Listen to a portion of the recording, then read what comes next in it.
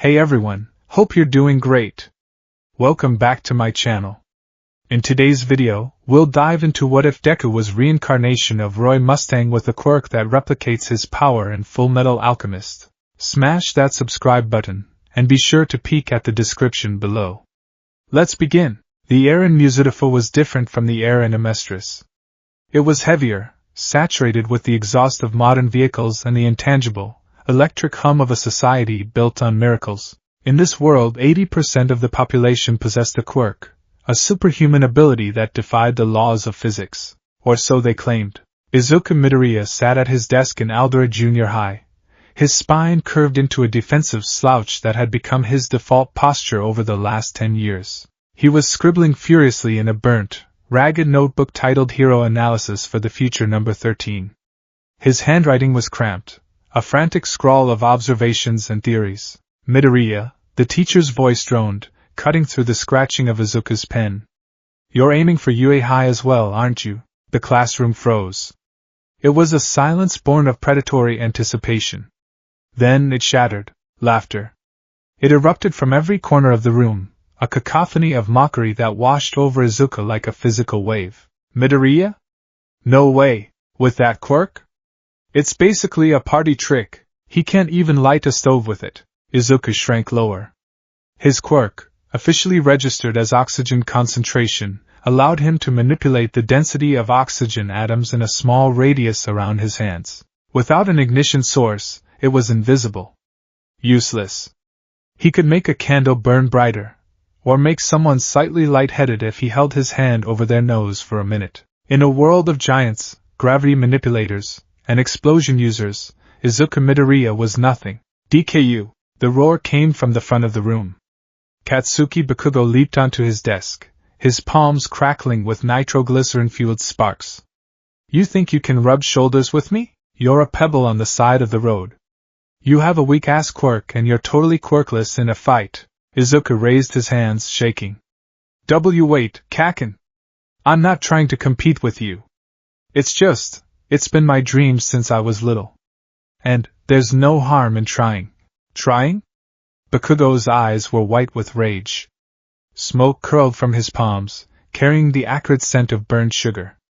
Are you taking the entrance exam just for fun? What can you do? You're useless. The bell rang, saving Izuku from physical violence, but not from the looming dread.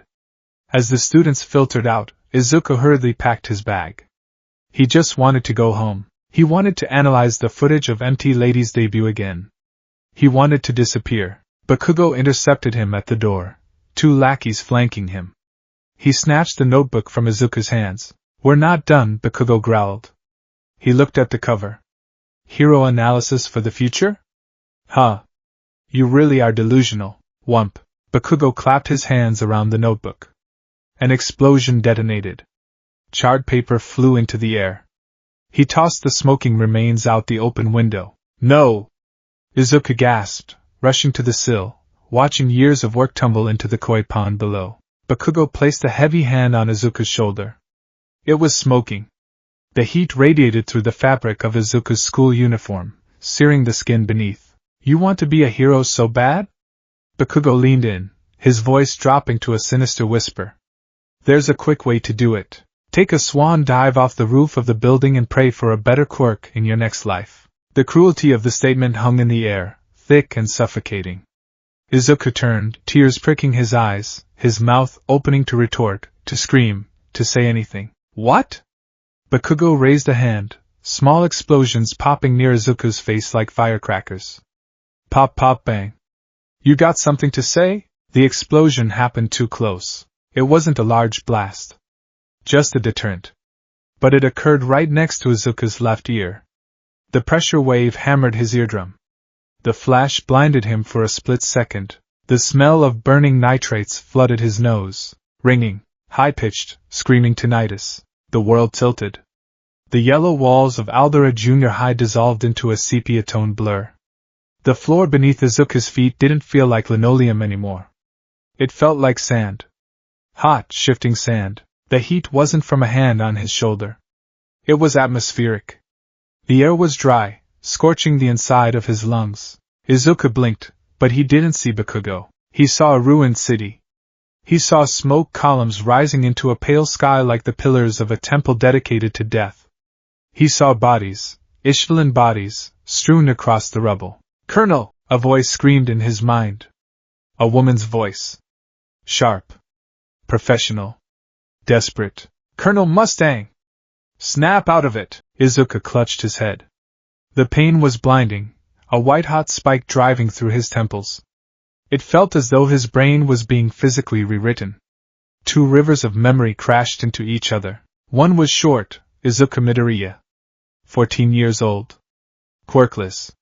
Bullied. All Might Fanba. Inko's son. The other was long, bloody, and heavy as lead, Roy Mustang. 30s. The Flame Alchemist. Hero of the Civil War. Dog of the military. Führer. The memories didn't ask for permission. They flooded in like a broken dam. He felt the snap of his fingers. He felt the recoil of flame alchemy traveling up his arm. He felt the agony of having his hands pierced, the transmutation circle carved into his flesh. He felt the emptiness of the gate of truth, the white void where he had lost his eyesight. He remembered the rain, he remembered hues, he remembered dying. Old age? No. It was peaceful. A life spent fixing the country he helped break. Why was he here? "Hey! I'm talking to you, Deku!" The voice dragged him back. The sand vanished. The linoleum returned. The smell of nitrates remained, anchoring the two realities together. Izuku Midoriya stood there, his head bowed. But the trembling had stopped. The hyperventilating panic that usually accompanied a confrontation with Katsuki Bakugo was gone. In its place was a cold, clinical calm. It was the calm of a soldier who had seen the worst hell imaginable, and found a junior high school classroom wanting in comparison. Izuku took a breath. He tasted the oxygen in the room. He could feel it. Before his quirk, oxygen concentration, felt like a vague sense of air movement. Now, with the knowledge of the flame alchemist overlaid on his consciousness, he understood what he was feeling. He could sense the density of the O2 molecules. He could feel the airflow from the open window. He could map the volatile particles in the sweat dripping from Bakugo's palms. He didn't just have a quirk. He had the formula. Izuku slowly lifted his head. Bakugo took a subconscious step back. He didn't know why. The nerd looked the same, messy green hair, freckles, oversized uniform. But the eyes, Izuku's eyes were usually wide, watery, and full of fear. Now they were narrowed. Hard. Dark. They looked through Bakugo, dissecting him, analyzing threat levels, wind direction, and escape routes. "Take your hand off me," Izuku said. His voice was different. It was still Izuku's vocal cords, still high and cracking with puberty, but the cadence was wrong. It was authoritative. Flat. Bakugo blinked, his confusion quickly morphing back into anger. "Ha! You think you can give orders now?" "You!" Bakugo lunged, aiming a right hook fueled by a small explosion. In the past, Izuku would have flinched. He would have squeezed his eyes shut and taken the hit. Roy Mustang had fought homunculi. He had fought super soldiers. He had fought gods. Izuku didn't move his feet. He simply shifted his weight, rotating his upper body with a fluidity that shouldn't have been possible for a teenager with no combat training. Bakugo's fist sailed harmlessly past his ear. As Bakugo stumbled forward, carried by his own momentum, Izuku raised his right hand. No ignition cloth, his mind supplied instantly. "I can't generate the spark. Improvise." He knew the theory. Alchemy was understanding, deconstructing, and reconstructing. His quirk was the reconstruction phase without the circle. He could concentrate oxygen. Highly concentrated oxygen didn't explode on its own, but it was incredibly volatile. Bakugo's passing fist was still smoking. There were embers in the air. Izuku snapped his fingers. It wasn't the crisp, thunderous snap of Pyrotech's gloves. It was a fleshy sound. But he timed it perfectly. He pulled a pocket of pure oxygen from the surrounding air and condensed it into a sphere the size of a marble, right between his thumb and middle finger. As the friction of the snap generated a microscopic amount of heat, and as it interacted with the lingering embers of Bakugo's own quirk, bam! A directed blast of air and localized heat erupted. It wasn't a fireball, Izuku lacked the fuel for that, but it was a kinetic shockwave. The blast hit Bakugo square in the cheek. Gah! Bakugo yelled, thrown off balance. He tripped over his own feet and crashed into a desk, sending it skidding across the room. He clutched his face. There was a red welt forming, singing the skin. Silence. The two lackeys stared, jaws dropped. Bakugo scrambled up, eyes wide, hand covering his cheek. You used your quirk? You attacked me? Izuku stood straight. His posture was military erect, shoulders back, chin up. He dusted off his uniform shoulder where Bakugo had touched him, a gesture of supreme dismissal. I defended myself, Izuku said calmly. There is a difference. A soldier knows the distinction. A bully does not. Soldier? Bakugo snarled, sparks flying wildly now. You're a quirkless loser. That was a fluke, was it? Izuku looked at his hand. He rubbed his thumb and middle finger together. The skin was raw. Without the gloves, the recoil hurt. He'd need to fix that. You rely too much on brute force, Kaken. Your right hook is telegraphed. Your stance is open. You fight like you expect the enemy to stand still. Izuku stepped forward. Bakugo flinched. If you want to be the #1 hero, Izuku said, his voice dropping to a low, dangerous tone that channeled the authority of a colonel addressing a subordinate, I suggest you learn the difference between power and competence. Right now, you're just a bomb waiting to go off in the wrong place. He walked past Bakugo. He didn't run. He walked with a measured stride, heading for the door. Don't follow me, Izuku said, not looking back. I have work to do. He left the classroom, leaving a stunned Katsuki Bakugo staring at the empty doorway, the smell of ozone lingering in the air. Izuku walked out of the school building and stopped at the koi pond. He fished his notebook out of the water. It was soaked, burnt, and ruined. He stared at it. Hero analysis for the future. Equivalent exchange, he muttered. He remembered the concept vividly. To gain something of equal value must be lost. He had lost his innocence today. The timid, fearful Izuku Midoriya had been burned away in the heat of a memory. In exchange, he had gained a lifetime of experience, but he was still Izuku. He felt the sting of tears in his eyes as he looked at the ruined notes. The emotions of the teenager were still there, swirling beneath the surface of the soldier's discipline. Stop it, he whispered to himself, wiping his eyes with a wet sleeve. Tears don't bring back the dead. And they certainly don't dry notebooks. He started the walk home. His mind was a whirlwind. He needed to assess his assets. Body weak. Scrawny. No muscle mass. Terrible cardio. He couldn't handle the recoil of continuous flame alchemy. If he tried to use his full power now, he'd blow his own arm off or pass out from exhaustion. Quirk. Oxygen concentration. It was essentially a biological version of the transmutation array he used to wear on his gloves. He could manipulate the airflow and density. But he lacked the spark. Equipment, none. He needed gloves. Ignition cloth. Something that could create a spark with a snap. I need to contact the RD department, he mumbled, then stopped. Right. No military. No Havoc to bum a cigarette from. No Hawkeye to watch my back. The thought of Riza Hawkeye sent a pang of sharp grief through his chest. Was she here? In this world? Or was he alone? He took a shortcut under a highway overpass. The shadows were deep here. It reminded him of the tunnels under Central City. A medium-sized invisibility cloak. The voice came from the sewer grate. Izuku stopped instantly. His instincts screamed. Ambush. Liquid sludge erupted from the manhole. A villain. A mass of sentient fluid with manic, bulging eyes. You'll make a perfect skin suit for me to hide in, kid! The villain roared, lunging forward. Izuku didn't scream.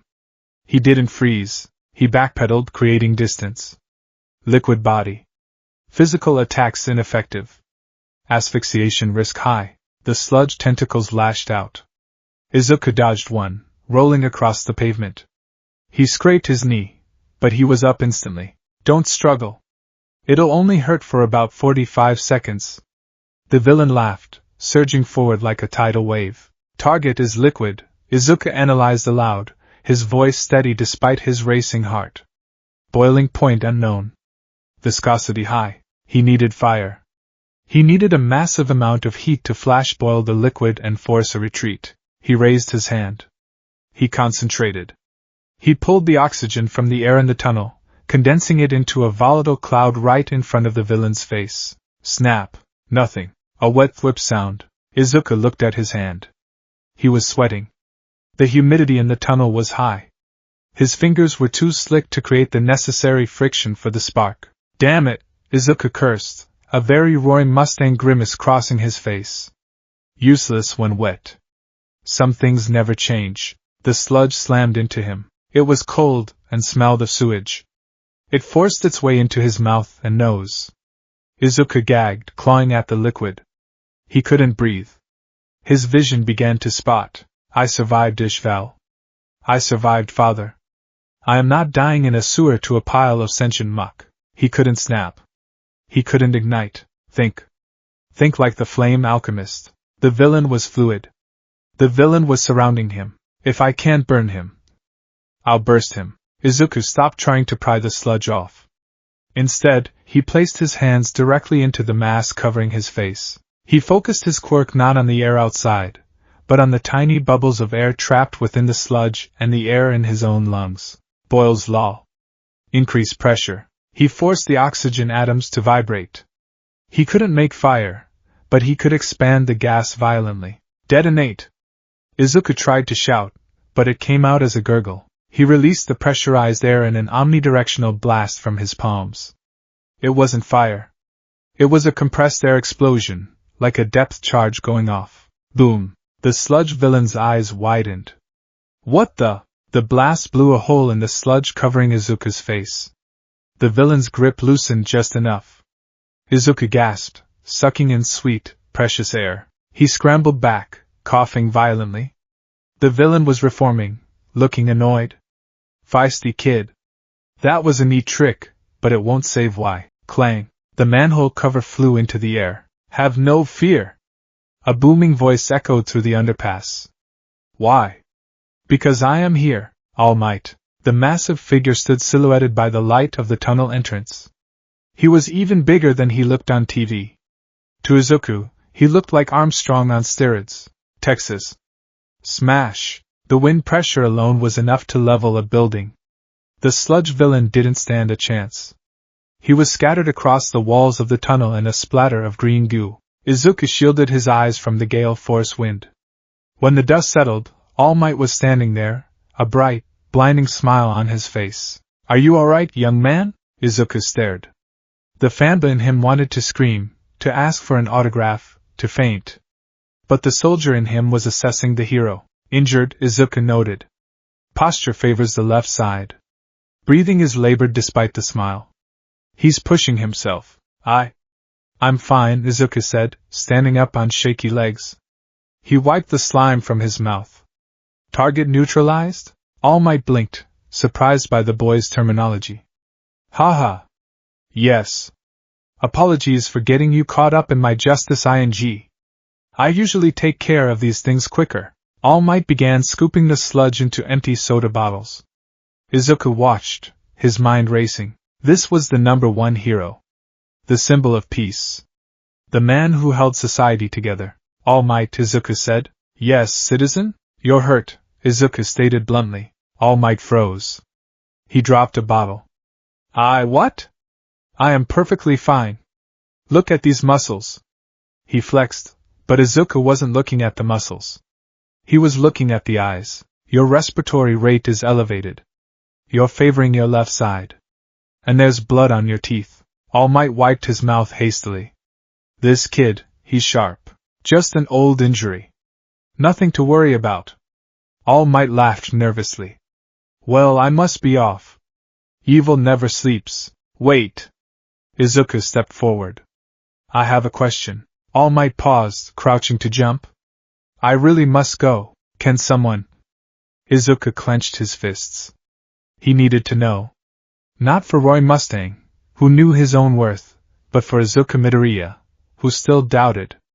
Can someone with a quirk that hurts people, a quirk made for destruction, Can they be a hero? All Might looked at the boy. He saw the intensity in the green eyes. He saw the desperation. A quirk does not make the hero, young man, All Might said softly. It is how you use it. I have smashed villains, destroyed buildings, and caused hurricanes with my fists. But I do it to save. If you have the heart to save, the power will follow. He leaped. Whoosh. He was gone. Izuku stood alone in the tunnel. If you have the heart to save. Izuku repeated. He looked at his hands. I saved the country once. I burned thousands to do it. But I saved it. He clenched his fist. A tiny spark, generated by the friction of his thumb, flickered and died. I'll do it again.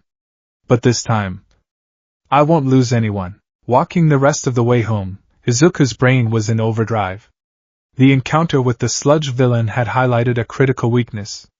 He was helpless without a spark source. Relying on dry fingers and snapping was too inconsistent. He needed gloves. He kicked open the door to his apartment. Mom! I'm home! Inko Midoriya rushed out of the kitchen. Izuku! You're late. I was worried sick. And look at you, you're filthy. Did you fall in a ditch? Izuku looked at his ruined uniform. Something like that. Inko fussed over him, checking for injuries. Her hands were soft. Warm. She smelled like dinner and laundry detergent. Roy Mustang had a foster mother, Madame Christmas, who ran a brothel and gathered intelligence. She was tough, cynical, and loved him in her own way. But Inko? Inko was pure, unfiltered affection. It felt nice. I'm okay, Mom. Really? Izuku said, softening his voice. He patted her hand. I'm going to go wash up. Then I have some homework to do. Okay, sweetie. Dinner is katsudon. Izuku froze. Katsudon. A favorite of Izuku's. Roy preferred stew, but his stomach growled. Sounds great. In his room, Izuku stripped off the uniform and took a quick shower. He washed the sludge and the smell of explosion smoke from his hair. When he looked in the mirror, he spent a long time studying his reflection. He practiced the face. He relaxed his muscles, letting the innocent, round-eyed Izuku surface. Then he tightened them, narrowing the eyes, setting the jaw, letting Colonel Mustang take over. Fusion, he whispered. We are one. He sat at his desk. He pulled out a fresh notebook. He didn't write hero analysis. He wrote, Project Salamander. He began to sketch. Item 1, ignition gloves. Material, Pyrotex/ignition cloth. Function, to create a spark via friction upon snapping fingers. Design, he drew the transmutation circle. The salamander. The triangle within the circle. Notes, I don't need the circle to perform the alchemy anymore, but the circle helps focus the mind. It's a psychological trigger. Plus, it looks cool. He paused. Where would he get ignition cloth? He turned to his computer and began searching. Hero support gear forums. DIY chemistry sites. He found a seller. Hatsum Industries clearance sale. A bulk order of experimental flammable fabrics. Perfect. He continued sketching. Item 2, physical conditioning. Current status, abysmal. Goal, able to run 5 miles without vomiting. Upper body strength to withstand recoil. Plan, military standard basic training. He looked at the calendar. The UA entrance exam was in 10 months. 10 months, Izuku mused, spinning a pen in his fingers. I took a bunch of raw recruits and turned them into an elite unit in 6. I can turn this body into a weapon in 10. Suddenly, a loud explosion rocked the neighborhood. Izuku rushed to the window. In the distance, smoke was rising from the shopping district. It was the same direction he had come from. He squinted. He could see giant shapes. Heroes. The Sludge villain? He whispered. Did All Might drop him? He grabbed his phone and checked the news feed. Live footage showed the shopping district in flames. The Sludge villain was loose again, and he had a hostage. Izuku zoomed in on the hostage. Ash blonde hair. Explosions. The look of terror masked by rage. Katsuki Bakugo. He grabbed Kaken, Izuku realized. Because he has a powerful quirk. He wants the explosions. The heroes on the scene were doing nothing. Death Arms, Kamui Woods, Empty Lady, They were all standing back, making excuses. My quirk isn't suitable. I can't get close, pathetic, Izuku hissed. You don't wait for the perfect conditions. You make them. He turned away from the window. Then he stopped. Why do I care? Roy's voice whispered. He bullied you. He told you to kill yourself. He's an arrogant, volatile liability, because, Izuku's voice answered. He's a civilian in danger. And I am going to be the Führer. No, he corrected himself. I am going to be a hero. Izuku grabbed his yellow backpack. He grabbed a lighter from his desk drawer, a souvenir he'd found years ago but never used. He ran. The scene was chaos. Fire everywhere. The heat was intense, but to Izuku, it felt like a warm bath. It felt like home. He pushed through the police barricade. Hey! Kid! Get back! A hero shouted. Izuku ignored him. He analyzed the battlefield. The villain was in the center of an inferno caused by Bakugo's uncontrolled explosions. The heroes were keeping the perimeter, afraid of the fire. Idiots, Izuku muttered. The fire is consuming the oxygen. The villain is suffocating, but so is the hostage. He locked eyes with Bakugo. Bakugo was struggling, his mouth covered by sludge, eyes darting wildly. When he saw Izuku, his eyes widened. You! Izuku didn't smile. He didn't look worried. He looked focused. He stepped into the fire. Midoriya! Stop! Kamui Woods yelled. Izuku raised both hands. He didn't have his gloves. He couldn't snap for big explosions. But there was fire everywhere. He didn't need to make fire. He just needed to move it. Alchemy is the science of understanding, deconstructing, and reconstructing matter. He reached out to the flames dancing on a nearby overturned car. Obey me, he commanded. He grabbed the air. He visualized the path of the oxygen. He created a vacuum tunnel leading from the fire straight to the villain's face. Whoosh! The flames didn't just burn, they moved. Like a living serpent, a stream of fire detached from the car and spiraled through the air, guided by Izuku's manipulation of the oxygen density. The stream of fire slammed into the sludge villain's left eye. Arg! The villain screamed, the liquid boiling instantly. His grip on Bakugo loosened. Izuku didn't stop. He ran forward, sliding under a burst of explosions. He got within 10 feet. Kaken! Izuku yelled. Breath in. Bakugo, confused but desperate, took a sharp breath. Izuku clapped his hands together. He stripped the oxygen from the air surrounding the villain, leaving only a circle around Bakugo's head. Vacuum sphere. The fire around them died instantly, starved of fuel. The villain gasped, choking on nothing. Now! Izuku shouted. Blast him. Bakugo didn't need to be told twice. With his airways clear and the fire gone, he unleashed a massive explosion from his free hand directly into the villain's exposed core. Boom! The sludge scattered. Izuku was blown back by the force, tumbling onto the pavement.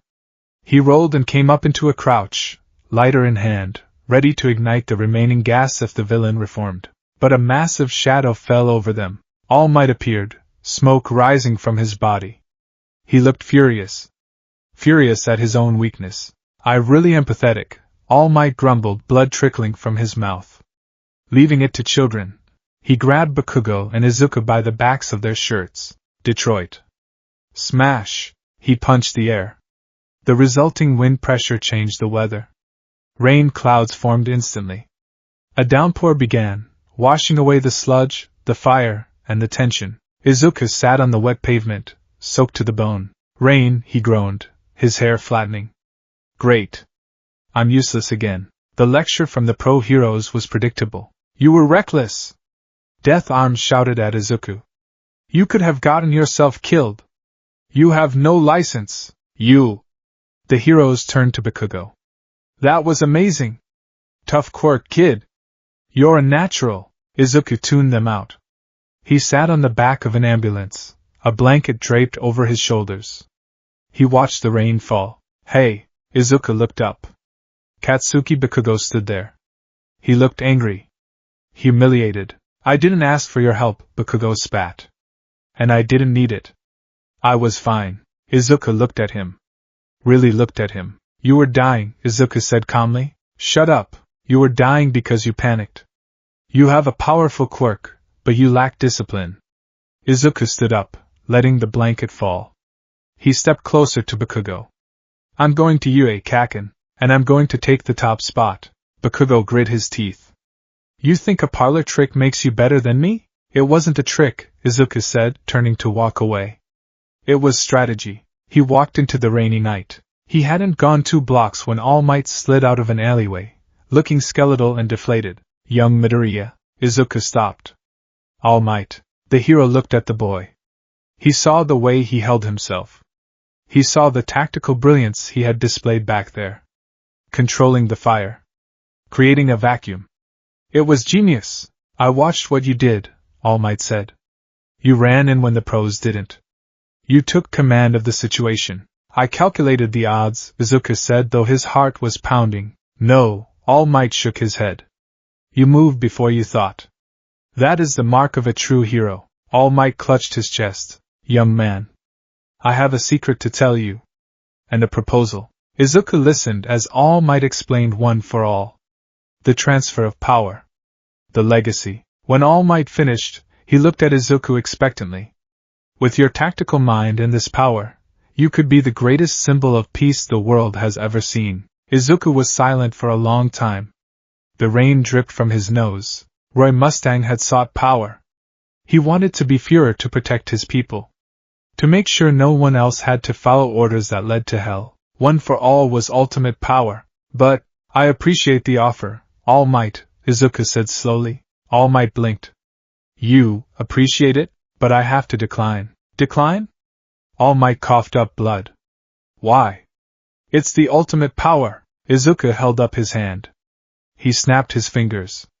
Even in the rain, the friction of his skin and the sheer will of his control created a tiny, sizzling pop. Because I already have a path, Izuku said, a smirk touching his lips, a true Mustang smirk. I have a power that I need to master. A power that broke me once, and a power that I will use to fix this world. He looked at All Might. Besides, if I take your power, I'm just the next All Might. I don't want to be the next All Might. He clenched his fist, imagining the flames that would one day roar at his command. I'm going to be the flame alchemist. And I'm going to burn away the corruption in this society, even if I have to do it one spark at a time. All Might stared at him, stunned. Then, slowly, the skeleton man smiled. You really are something else, young Midoriya. Very well. If you won't take my power, then at least let me help you train yours. You're going to need to get in shape for the exam. Izuku's smirk widened. I was hoping you'd say that. I have a training regimen in mind. It involves running, heavy lifting, and a lot of shouting. Sounds like fun! Izuku looked up at the clearing sky. The rain had stopped. I'm back, he thought, the memories of Roy Mustang settling comfortably alongside the hopes of Izuku Midoriya. Watch out, Yue. The colonel is coming. The Dagoba Municipal Beach Park was not a park.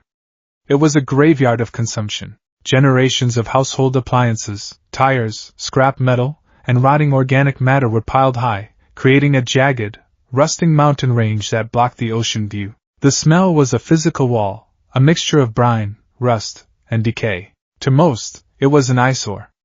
To Izuku Midoriya, it was a logistical nightmare. He stood at the top of the concrete steps leading down to the sand, dressed in a green tracksuit that was 2 sizes too big. Next to him stood All Might, currently in his skeletal true form, coughing into a handkerchief. This, All Might gestured grandly with a bony arm, is your first battlefield, young Midoriya. The American dream plan I have devised requires you to clean a section of this beach to build your vessel. Izuku narrowed his eyes, scanning the piles. He didn't see trash. He saw mass. He saw leverage points. He saw the chaotic entropy of a society that consumed faster than it could create. It's inefficient, Izuku stated flatly. All Might paused, blinking. I beg your pardon? Moving this by hand without a system is inefficient, Izuku clarified. He pulled a notebook from his pocket. Not the burnt remains of hero analysis, no. 13. But a fresh, hardcover grid-lined journal labeled strategy. However, the objective isn't just waste management, is it? It's hypertrophy. You want me to tear my muscle fibers so they rebuild stronger. You want me to build a chassis capable of handling high-velocity recoil? All Might scratched his cheek. Well, yes. Essentially. If you're going to be a hero, you need a body that can withstand the pressure. No, Izuku corrected him, looking down at his own trembling hands. If I'm going to use my quirk, I need a body that won't snap like a twig the first time I unleash a Rio blast. Flame alchemy, my ignition ability, relies on rapid expansion of gas. The shockwave travels backward as much as it travels forward. He remembered the ache in his shoulders during the Ishvalan campaign. He remembered the way his wrists would swell after days of continuous snapping. And that was with an adult, military-hardened body. Currently, he was a 14-year-old twig who struggled to do 10 push-ups. I accept the mission, Izuku said, snapping the notebook shut. But we are adjusting the parameters. I'm not just cleaning a section, All Might. He pointed to the horizon, where the piles of trash met the water. I'm clearing the whole damn thing. All Might's jaw dropped. The whole thing? Young Midoriya, that's impossible in 10 months. Even with one for all, that would be. I told you, Izuku interrupted, his voice sharp. I'm not taking one for all. The silence that followed was heavy, broken only by the cry of seagulls. All Might deflated slightly, sitting on the concrete railing. I still don't understand, the hero admitted, his voice unusually soft. Thousands would kill for this power. It is the torch passed down through generations. With your tactical mind and my power, you could be invincible. Izuku turned to face him. The morning sun caught the green in his eyes, but the shadow of the brim of an imaginary military cap seemed to darken his expression. Invincible isn't the goal. Reform is. Izuku began to stretch, his movements precise and rhythmic. All Might, you are the symbol of peace. You are a deterrent. You stand at the top and say, I am here, and villains scatter. It works. But it's a temporary fix. It relies on the existence of a single, charismatic pillar. What happens when the pillar cracks? All Might flinched. He touched the wound on his side subconsciously. I don't want to be a pillar, Izuku continued, dropping into a squat. I want to be a leader. I want to build a system where the safety of the people doesn't rely on one man's smile, but on the competence of the many. To do that, I need to climb the ranks. I need to be the number one hero on my own merits. If I take your power, I'm just a copy. A successor. I need to be different. He stood up, looking at the trash piles with a look of pure, unadulterated ambition. I was known as a dog of the military in my past life, Izuku whispered, more to himself than All Might. I followed orders I hated. I burned people I should have saved. Not this time. This time, I give the orders. He turned back to All Might, a spark of challenge in his eyes. So, are you going to help me build a soldier, or are you going to keep trying to make me a saint? All Might stared at the boy. For a moment, he didn't see a middle schooler. He saw a general surveying a battlefield. The sheer weight of Izuku's resolve was heavier than his muscle form. All Might threw his head back and laughed. A cough interrupted it, spurting a bit of blood, but the smile remained. A soldier, huh? Very well, young Midoriya. If it's a drill sergeant you want, it's a drill sergeant you'll get. But don't come crying to me when you can't lift your arms to brush your teeth. I don't cry, Izuku lied. I execute. He grabbed a rusted refrigerator strap. Let's begin. Month 1, the deconstruction. The first month was hell. There was no other word for it. Izuku's body was weak. Years of inactivity and slouching had left him with poor posture and atrophied stabilizers. The American Dream Plan was discarded. Izuku drafted the Amestrian Conditioning Protocol. 5 o'clock, wake up. 5:15, 5 kilometers run, weighted vest added week 3. 6:30, calisthenics, push-ups, sit-ups, burpees until failure. 7:30, breakfast, high protein, calculated to the gram. 8:30, school. 15:30, the beach, heavy lifting, hauling, clearing. 1900 hours, tactical studies / alchemy theory. 2100 hours, sleep. Izuku treated his body like a machine that needed recalibration. He didn't just lift trash. He analyzed the biomechanics of the lift. Engage the glutes. Keep the lumbar spine neutral. Drive through the heels. Every time he failed, Every time he collapsed into the sand, the voice of his past self berated him. Get up, Mustang. Hawkeye is watching. Hughes is working. You don't get to rest. But it wasn't just the physical exertion. It was the quirk training. Izuku realized early on that his useless quirk was actually incredibly complex. Oxygen concentration required him to mentally isolate specific molecules in the air. At night, exhausted and sore, he would sit at his desk with a single candle burning. He would hold his hand near the flame. Focus. Visualize the oxygen atoms. Pull them in. The flame would flare blue. Push them away. The flame would dim, choking. It required an immense amount of mental processing power. In his past life, the transmutation circle did the heavy lifting. The circle provided the formula. He just provided the energy and the intent. Now, he was the circle. His brain had to do the calculations in real time. Damn it, Izuku hissed one evening, clutching his head. His nose was bleeding, a side effect of overusing the neural pathways linked to his quirk. Inko Midoriya knocked gently on the door. Izuku? I brought you some fruit. She entered, seeing her son clutching his head, a candle flickering erratically in front of him. Her eyes widened with worry. Izuku, are you okay? You've been pushing yourself so hard lately. The running, the staying out late. Izuku looked up. The bags under his eyes were heavy, but the eyes themselves were sharp. I'm fine, Mom. Just calibration. Inko set the plate down. She hovered, wringing her hands. You know, you don't have to do this. You don't have to be a hero. You're enough just as you are. Izuku softened. He stood up and walked over to her. He was still shorter than her, but he felt older. He took her hands. I know, Mom. But I'm not doing this because I feel worthless. I'm doing this because there are people who need someone to stand up for them. People who are being crushed by the system. He thought of the Ishvalans. He thought of the Chimera. He thought of Winry Rockbell crying over her parents' graves. I have the power to stop it, Izuku said, his voice steady. So I have the responsibility to use it. Equivalent exchange. Inko didn't understand the reference, but she understood the tone. It wasn't the manic obsession of a fanboy. It was the solemn duty of a man. She hugged him. Just please be careful. Don't burn yourself out. Izuku hugged her back, smelling the laundry detergent. I won't burn out. I'm the one who holds the match. Month 3. The gear. Physical power was meaningless without a delivery system. Roy Mustang was useless on rainy days not just because of the dampness, but because his ignition gloves were his primary weapon. Without the spark, he was just a man who could clap loudly. Izuku needed gloves. He had raided his savings. He had scoured the internet. He found a supplier for ignition cloth, a material woven with flint-like fibers that created a spark when rubbed against itself with sufficient friction. It was expensive, usually sold to industrial firms for starting controlled burns. When the package arrived, Izuku treated it like holy relics. He sat at his desk, a sewing kit open. He wasn't a tailor. Havoc used to darn his socks in the barracks, but he knew the basics. He cut the white cloth. He reinforced the fingertips.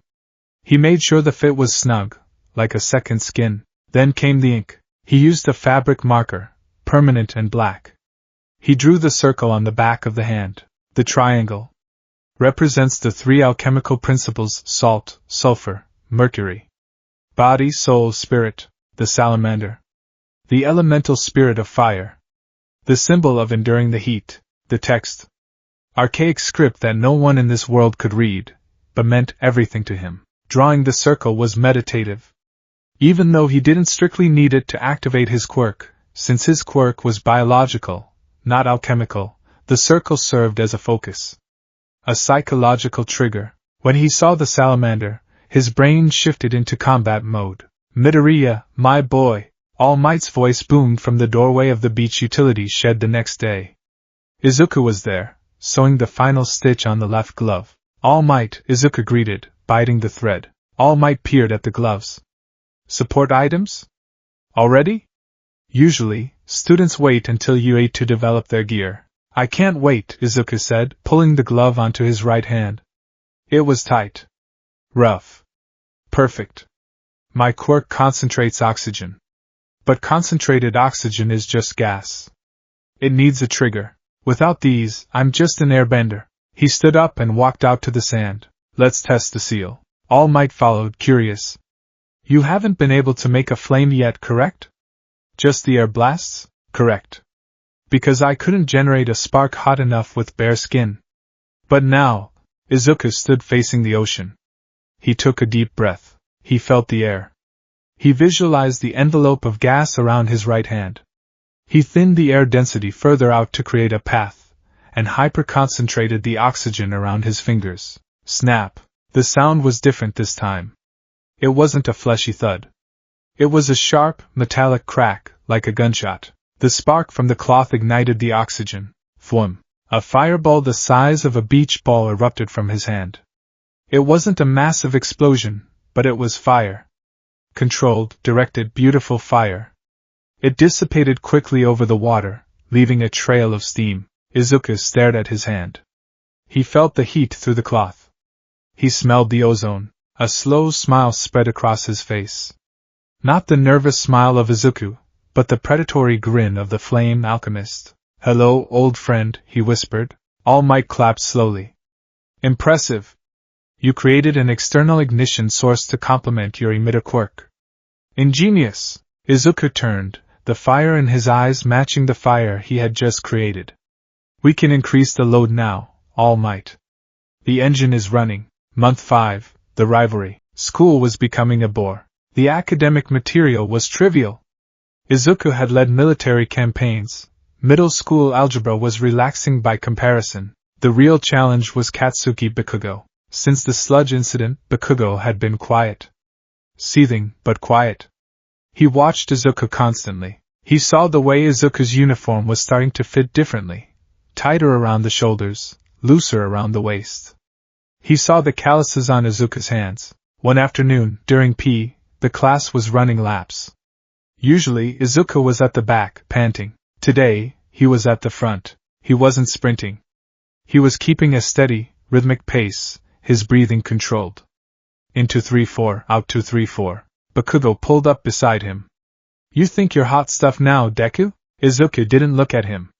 I'm pacing myself, Kaken. You're overexerting on the straights and losing time on the corners. Don't tell me how to run. Bakugo surged forward, sprinting ahead. Izuku checked his imaginary watch. He'll burn out in 400 meters. Sure enough, by the next lap, Bakugo was heaving, his face red. Izuku passed him smoothly. Endurance isn't about speed, Izuku said as he jogged past. It's about efficiency. Bakugo grabbed Izuku's shoulder. Stop looking down on me. Izuku stopped. He didn't flinch. He grabbed Bakugo's wrist. Izuku's grip was like iron. 5 months of hauling refrigerators and car engines had given him grip strength that was disproportionate to his size. I'm not looking down on you, Izuku said, meeting Bakugo's eyes. I'm looking ahead. If you're in my way, that's your problem, not mine. He released the wrist. Bakugo rubbed it, looking stunned. The pebble had become a boulder. That evening, Izuku was at the beach, hauling a massive truck tire. All Might was watching from atop a pile of scrap. You and young Bakugo. All Might mused. There is much tension there. He's a child, Izuku grunted, flipping the tire. Thud. He thinks the world owes him respect because he was born lucky. He's never had to work for his power. He's never had to lose anything. And you have? All Might asked quietly. Izuku paused. He wiped sweat from his forehead.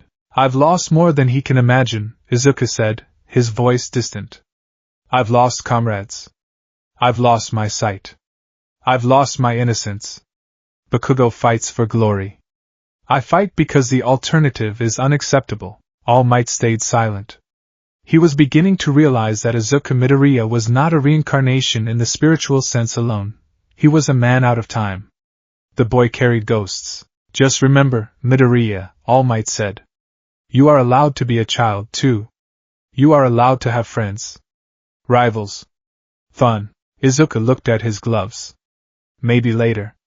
After I win. Month 8, the plateau and the queen. The progress slowed. Izuku hit a physical wall. His muscles were constantly sore. His quirk output plateaued. He could make fireballs, but he couldn't shape them. He couldn't do the pinpoint precision attacks Roy was famous for. He was frustrated. Why isn't it working? He stood on the beach, snapping his fingers repeatedly. Snap. Snap. Snap. The blasts were messy. Wild. They lacked the elegance of alchemy. I can't visualize the pathway, Izuku growled. The air currents here, the wind from the ocean, it disrupts the concentration. He sat in the sand, head in his hands. I need Hawkeye. He needed his eyes. Riza Hawkeye wasn't just his lieutenant, she was his external targeting system. She watched his back. She corrected his aim. Without her, he felt exposed. He pulled out his phone and looked at a photo he had saved. It was a picture of the Class 1A acceptance candidates from a leak on a hero forum. Just names and blurry photos. He saw a girl with a ponytail. Momo Yayorozu. Creation Quirk. Creation, Izuku muttered. Alchemy. He felt a strange kinship. I can't rely on finding her, Izuku scolded himself. I have to be self-sufficient. He stood up. He closed his eyes. Don't fight the wind. Use it. He remembered the rain battle with Scar. He remembered how moisture killed his spark. But this wasn't rain. It was just wind, vector mechanics. He raised his hand. Instead of trying to force a straight line of oxygen against the wind, he curved it. He visualized the air swirling, creating a vortex. Snap. The flame didn't shoot straight. It curved, hooking around a pile of trash and hitting a target dummy he had set up behind it. Direct hit. Artillery, Izuku whispered. I don't need to be a sniper. I need to be a mortar. He realized then that Izuku Midoriya's body was smaller, lighter, and more agile than Roy's. He couldn't just stand still and blast. He had to move. He had to be fluid. He began to incorporate parkour into his training. Jumping off trash piles, snapping in midair, using the recoil to adjust his trajectory. He wasn't just Roy Mustang anymore. He was evolving into something new. A mobile artillery unit. Month 10, the masterpiece. The morning of the entrance exam. The sun rose over the ocean, painting the water in hues of gold and crimson. All Might arrived at the beach park at 6 a.m. He expected to see Izuku finishing up the last pile. He stopped, his jaw unhinged. The beach wasn't just clean. It was pristine. The sand had been raked. The concrete steps had been swept.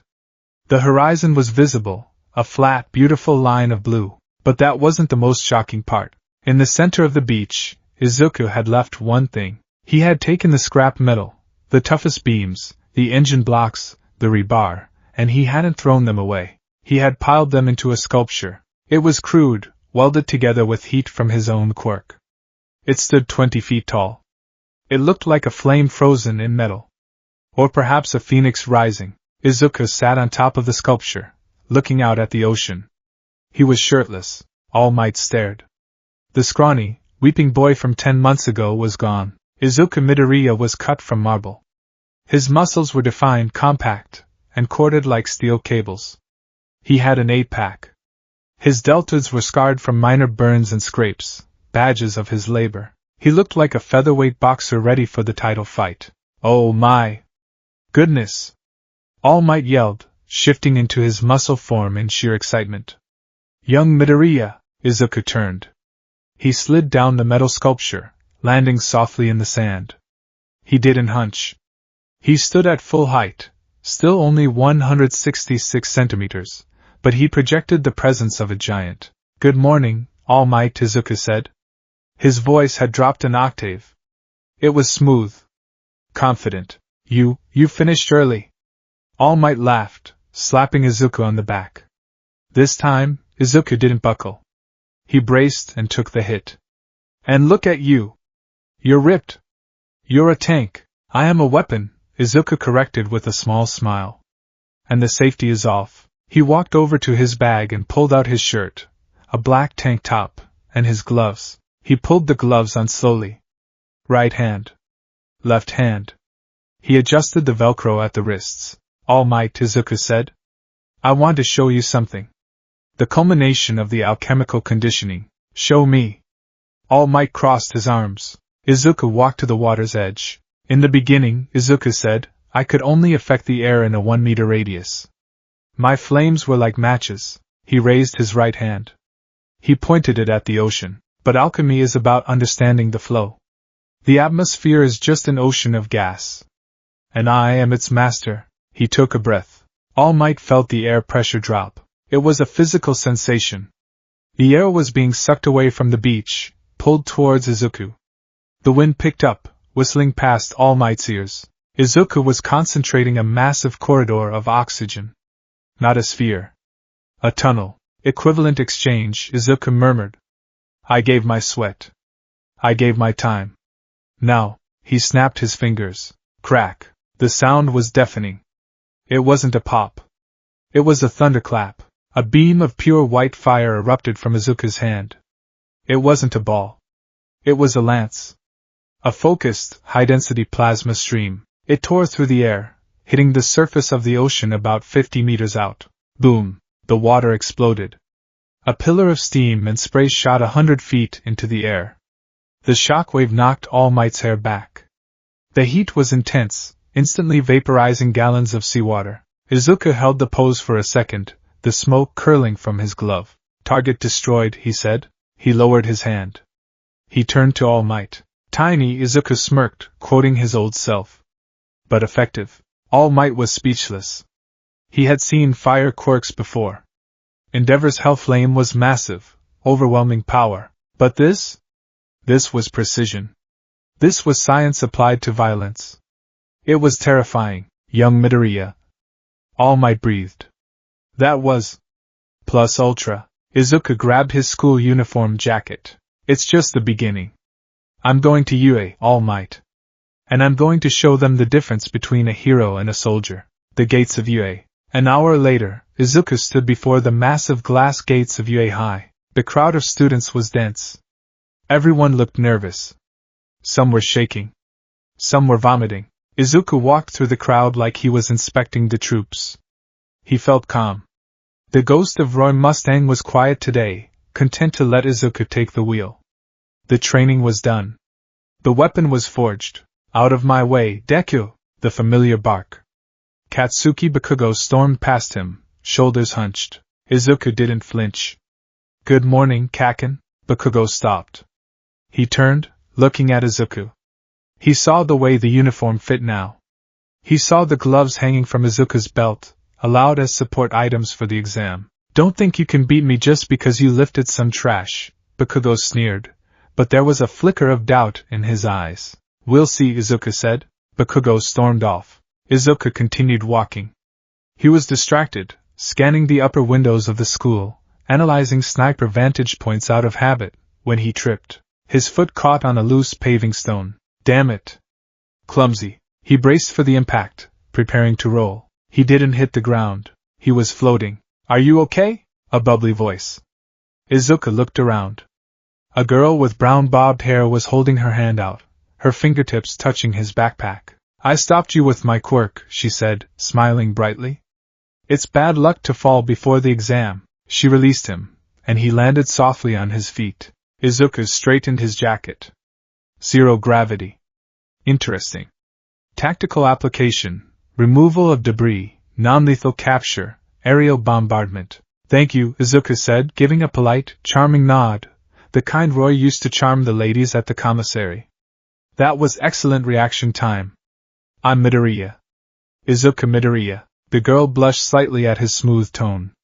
I'm Uraraka Ochako. Good luck, Midoriya. She ran off. Izuku watched her go.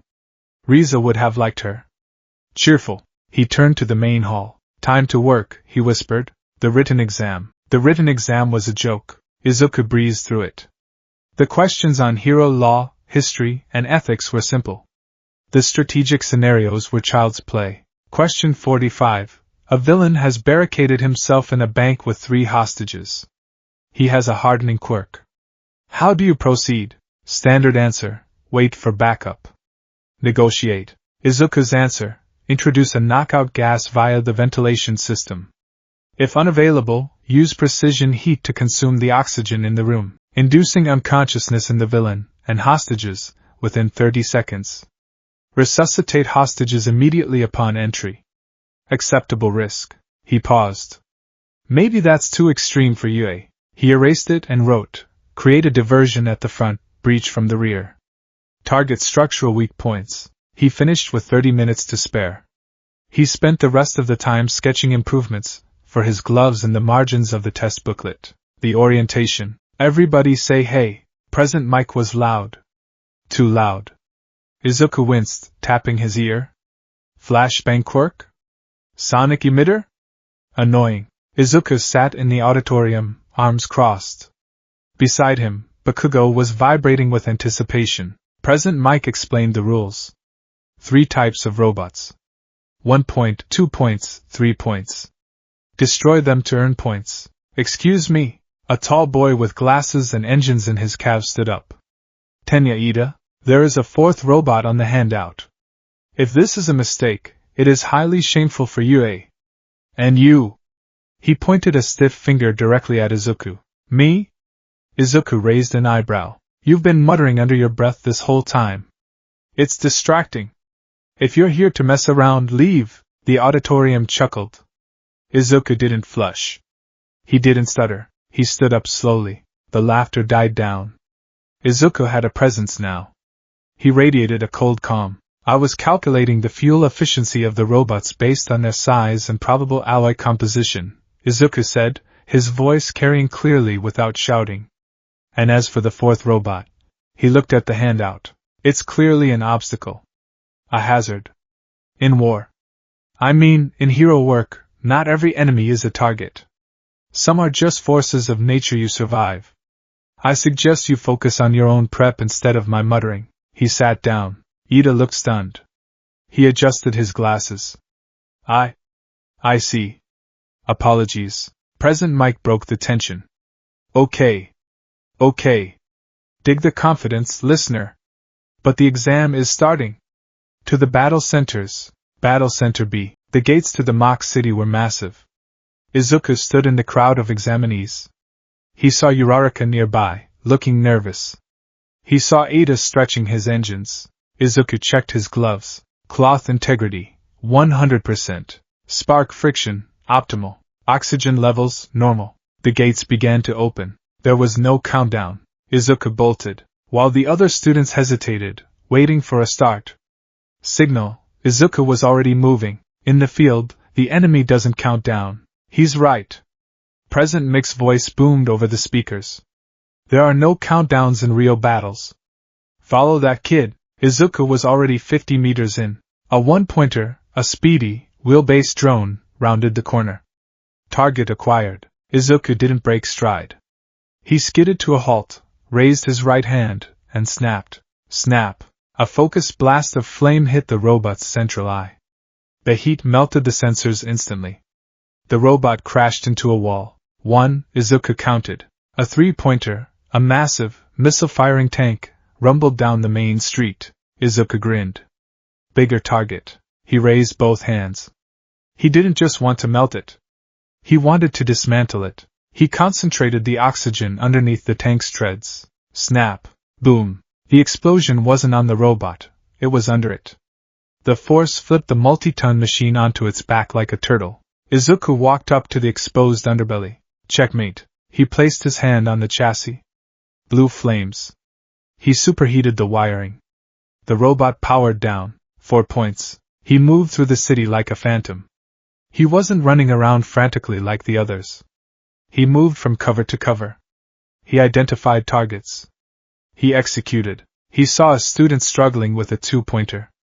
A laser boy. Izuku snapped from a distance. A fireball knocked the robot off balance, allowing the laser boy to finish it. Hey! That was mine! The boy yelled. Assist counts as half a kill in my book, Izuku muttered, moving on. But you keep the points. He was racking up points.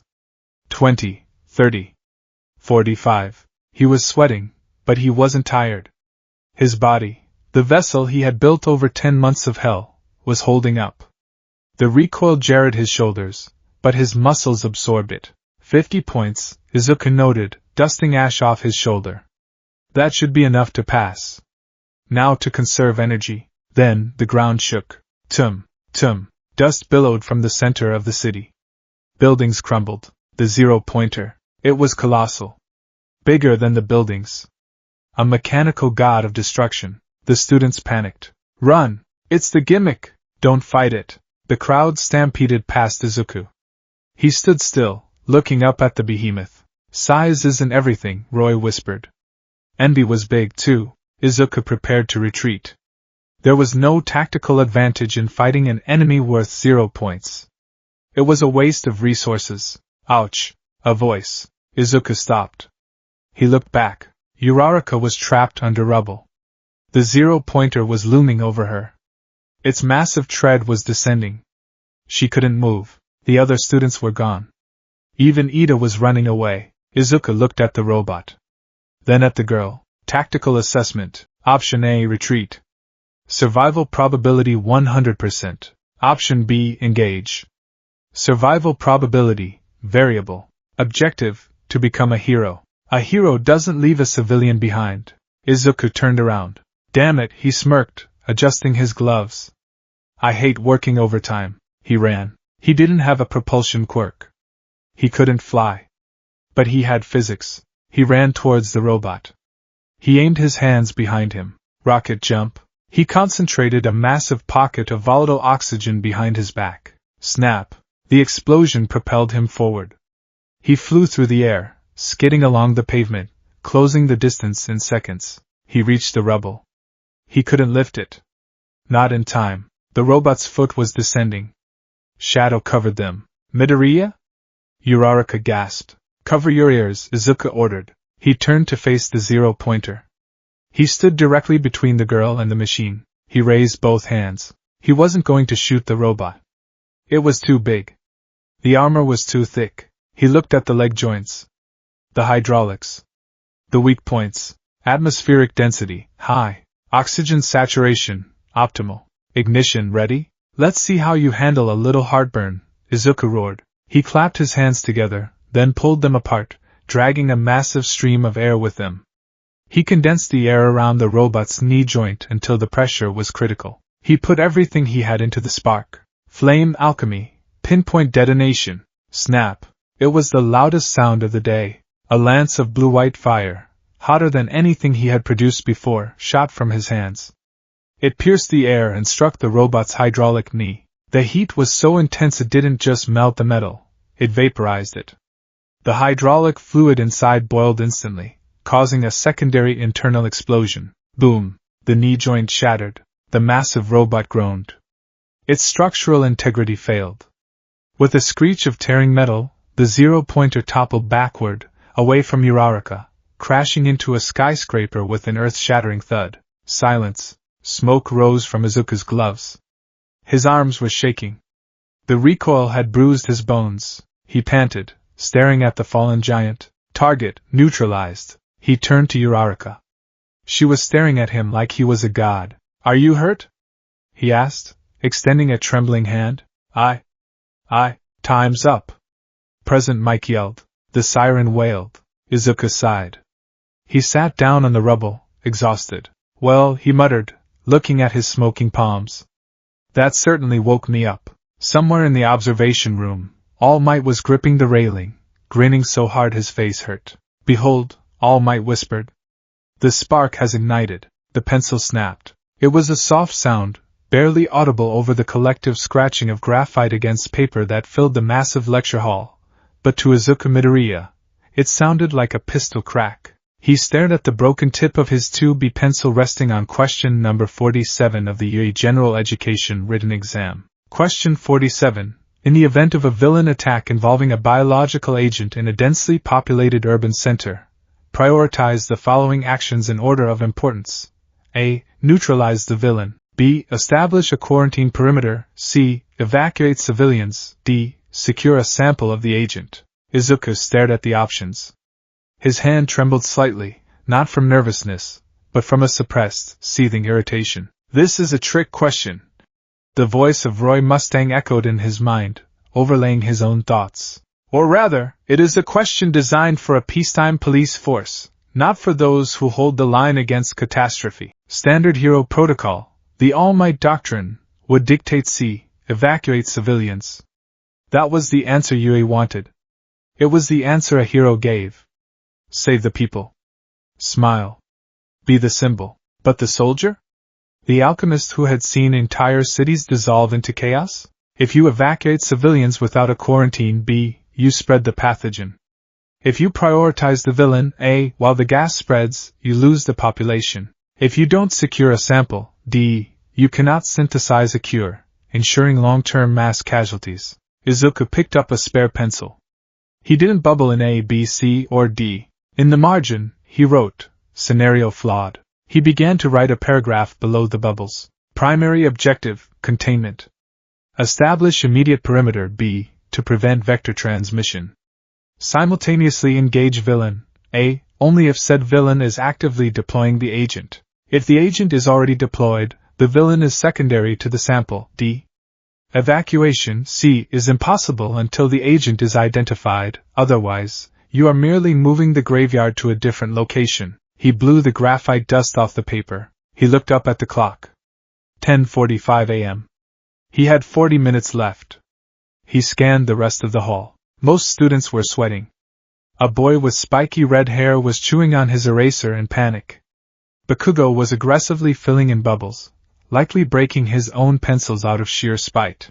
Izuku turned the page. English section. Translate the following phrase. The early bird catches the worm. Izuku almost scoffed.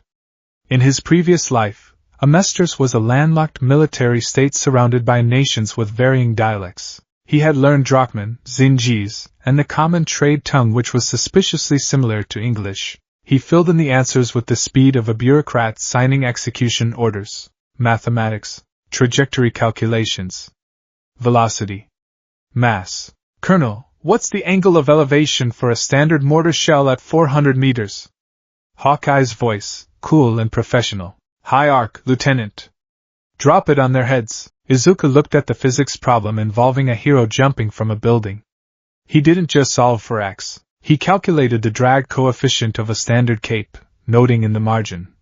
Capes are a liability. And the structural stress on the landing zone. By the time President Mike announced, pencils down, listeners. Izuku had not only finished the exam but had sketched a redesign for the ignition spark mechanism of his gloves on the back of the answer sheet. He handed his paper to the proctor, a hero named Ectoplasm. The hero glanced at the essay written in the margin of question 47, then looked at Izuku. Izuku met his gaze with eyes that were far too old for a 15-year-old face. The prompt was insufficient, Izuku said quietly. I provided the correct tactical assessment. Ectoplasm's clone nodded slowly. Noted, candidate number 2234. The holding pen. The locker room for Battle Center B smelled of teenage hormones, nervous sweat, and AXE body spray. Izuku stood by his open locker, stripping off his middle school uniform. He folded it neatly, military corners, and placed it on the shelf. He pulled on his black tank top, the fabric tight against the new muscle he had forged over 10 months of hell.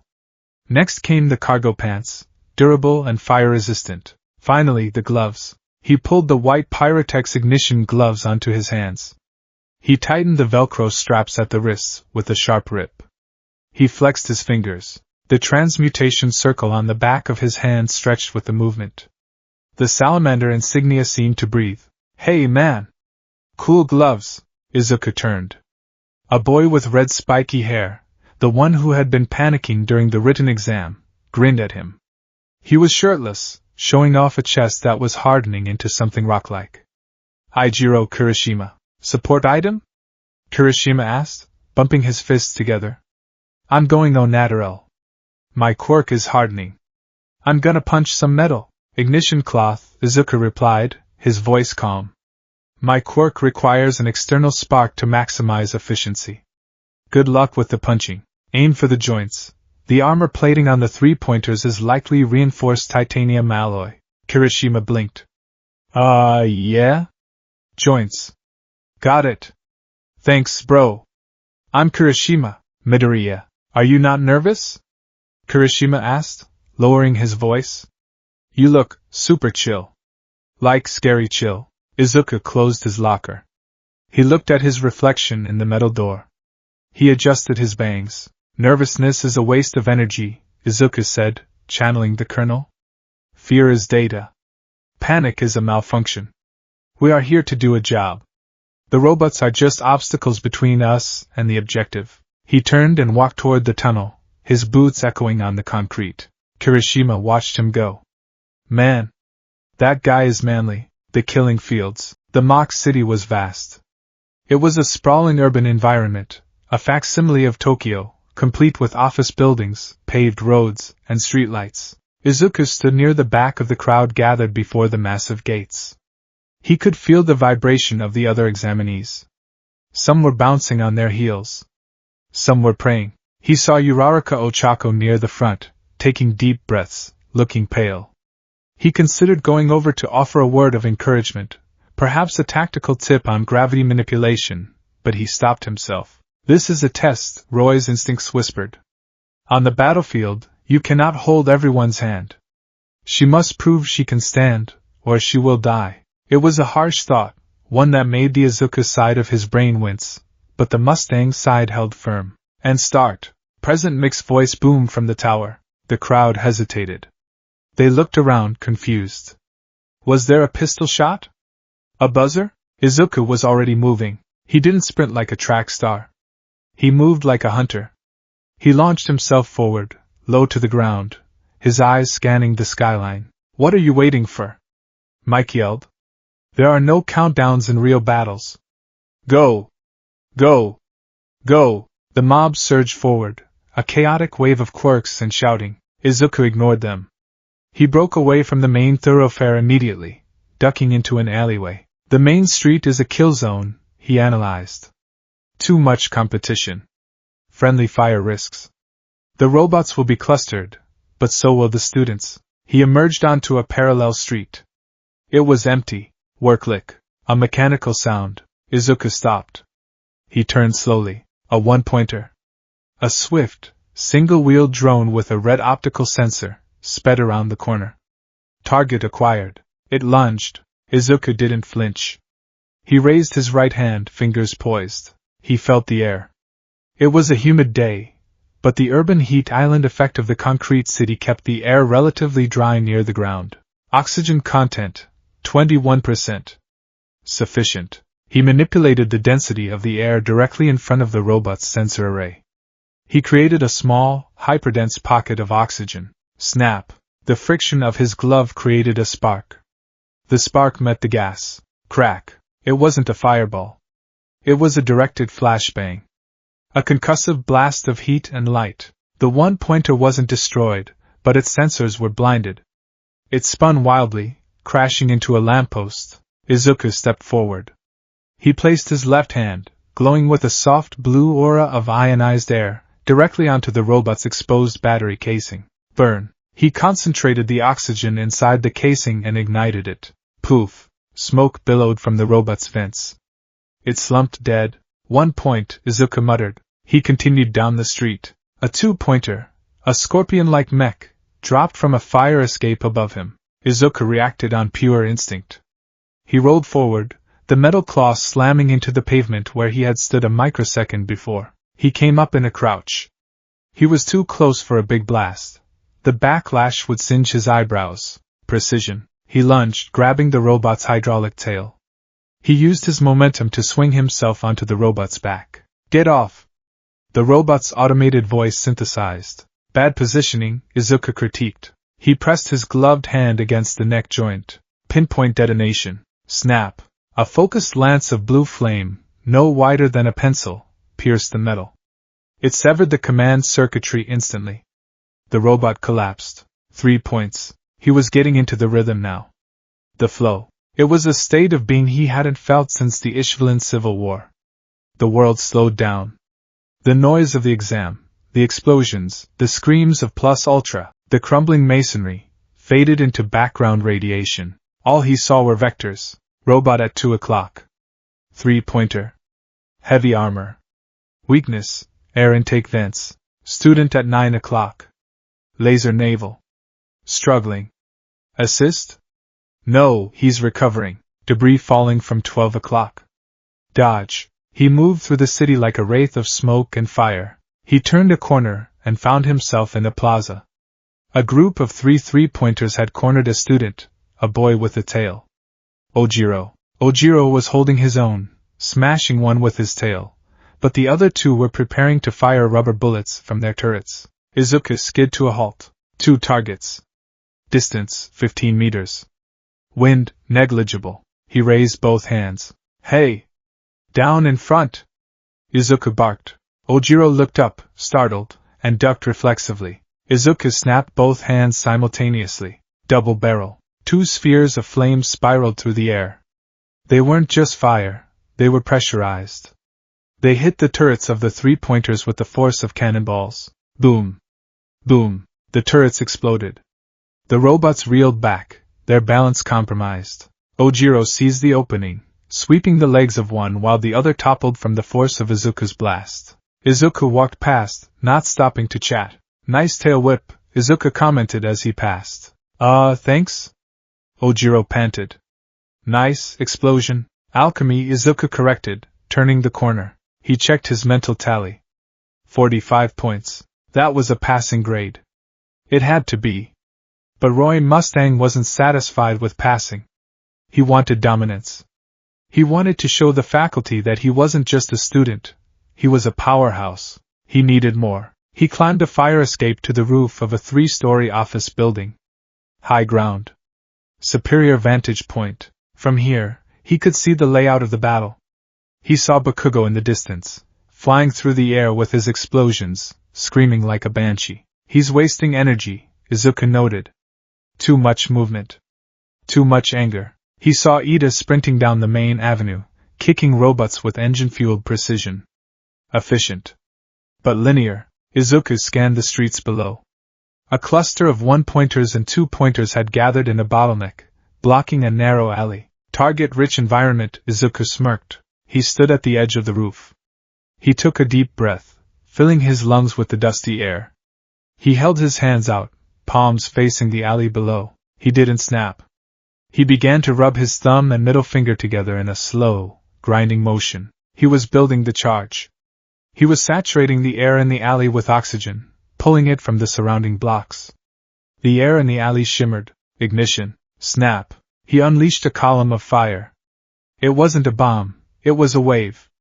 It washed over the alleyway, filling the space with intense, controlled heat. The robots didn't stand a chance. Their internal circuits fried instantly. The heat wave dissipated before it could damage the buildings significantly, leaving only scorched metal and stunned silence. That's 60 points, Izuku calculated, wiping sweat from his forehead. The heat of his own quirk was starting to get to him. He was thirsty. His skin felt dry. Time check, 5 minutes remaining. I should solidify my lead, Izuku thought. Find a few stragglers. Maybe assist some of the weaker students to boost the rescue score, just in case. Then, the world ended. Or at least, that's what it felt like. A low rumble started deep in the earth. It grew louder, vibrating through the soles of Izuku's boots. The glass in the windows of the building he was standing on shattered. Tum, tum, a shadow swallowed the sun. Izuku looked up. And up. And up. The 0-pointer. It was absurd. It was a monument to excess. A green, mechanical titan that towered over the skyscrapers. Its hand alone was the size of a bus. That's not an obstacle, Izuku whispered, his eyes widening. That's a natural disaster. The robot punched a building. The structure crumbled like it was made of Legos. Debris rained down on the main street. Panic. Pure, unadulterated panic. Run! It's the 0-pointer. Get out of here! The students below scattered like ants. They trampled over each other.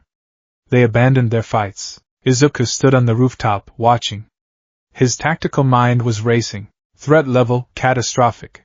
Point value 0. Engagement protocol, retreat. There was no logical reason to fight it. It was a waste of resources.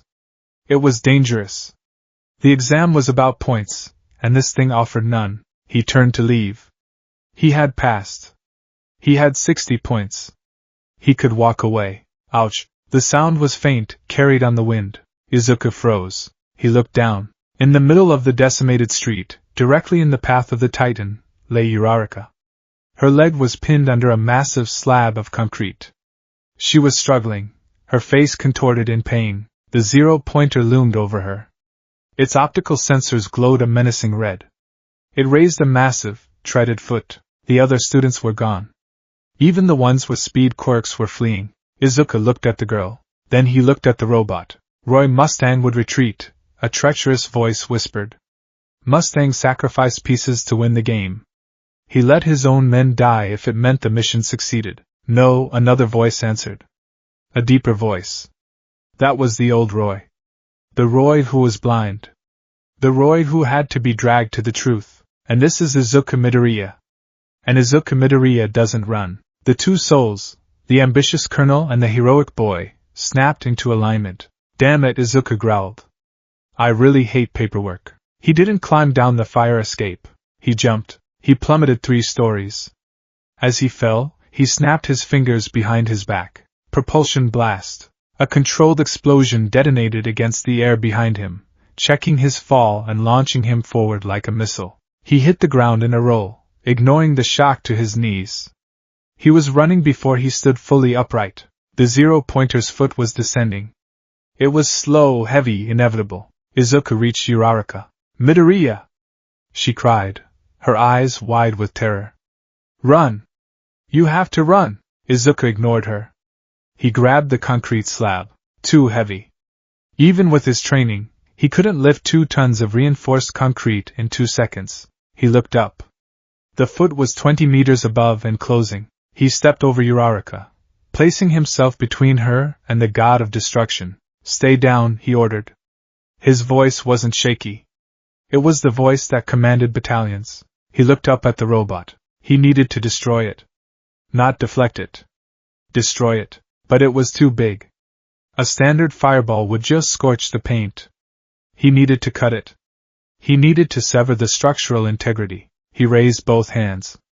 He pointed them at the massive hydraulic piston that controlled the knee joint of the descending leg. He closed his eyes for a split second.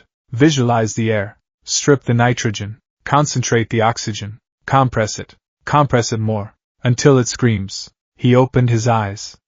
They were glowing with a fierce, emerald light. The air around the robot's knee began to warp. A visible distortion field appeared. Hey, big guy! Izuku shouted, a feral grin tearing across his face. Envy was bigger than you. He slammed his gloved palms together, then snapped both fingers outward. Flame alchemy. Hellfire lance. The sound was not an explosion. It was a tear in the fabric of the atmosphere. A beam of fire, white-hot, blinding, and razor-thin, erupted from Izuku's hands. It didn't billow. It cut. It was a plasma cutter the size of a telephone pole. The beam struck the 0-pointer's knee. Physics took over. The concentrated oxygen ignited with such ferocity that the metal didn't melt, it sublimated. It turned instantly into gas. The sudden expansion of superheated metal vapor inside the hydraulic joint created a secondary explosion that shattered the robot's leg from the inside out. KRAKOM. The knee disintegrated. The massive leg buckled. The robot pitched backward, its center of gravity lost. It flailed, its massive arms grasping at the air, before it crashed into the neighboring buildings with the force of a meteor strike. Dust. A wall of dust and smoke rolled over them. Izuku stood his ground. He crossed his arms over his face to shield his eyes. When the dust settled, the 0-pointer was a smoking ruin, embedded in the side of a skyscraper. Silence reigned over Battle Center B. Izuku stood there. His arms were trembling. Smoke curled from his gloves. The fabric was singed. His skin underneath felt like it was sunburned. He panted, his chest heaving. The sheer volume of oxygen he had manipulated had left him lightheaded. Midoriya. He turned. Uraraka was staring at him. Her mouth was open. Tears were streaming down her dusty face. Are you a god? She whispered. Izuku blinked. The adrenaline began to fade, replaced by a throbbing headache. No, Izuku rasped, his throat dry.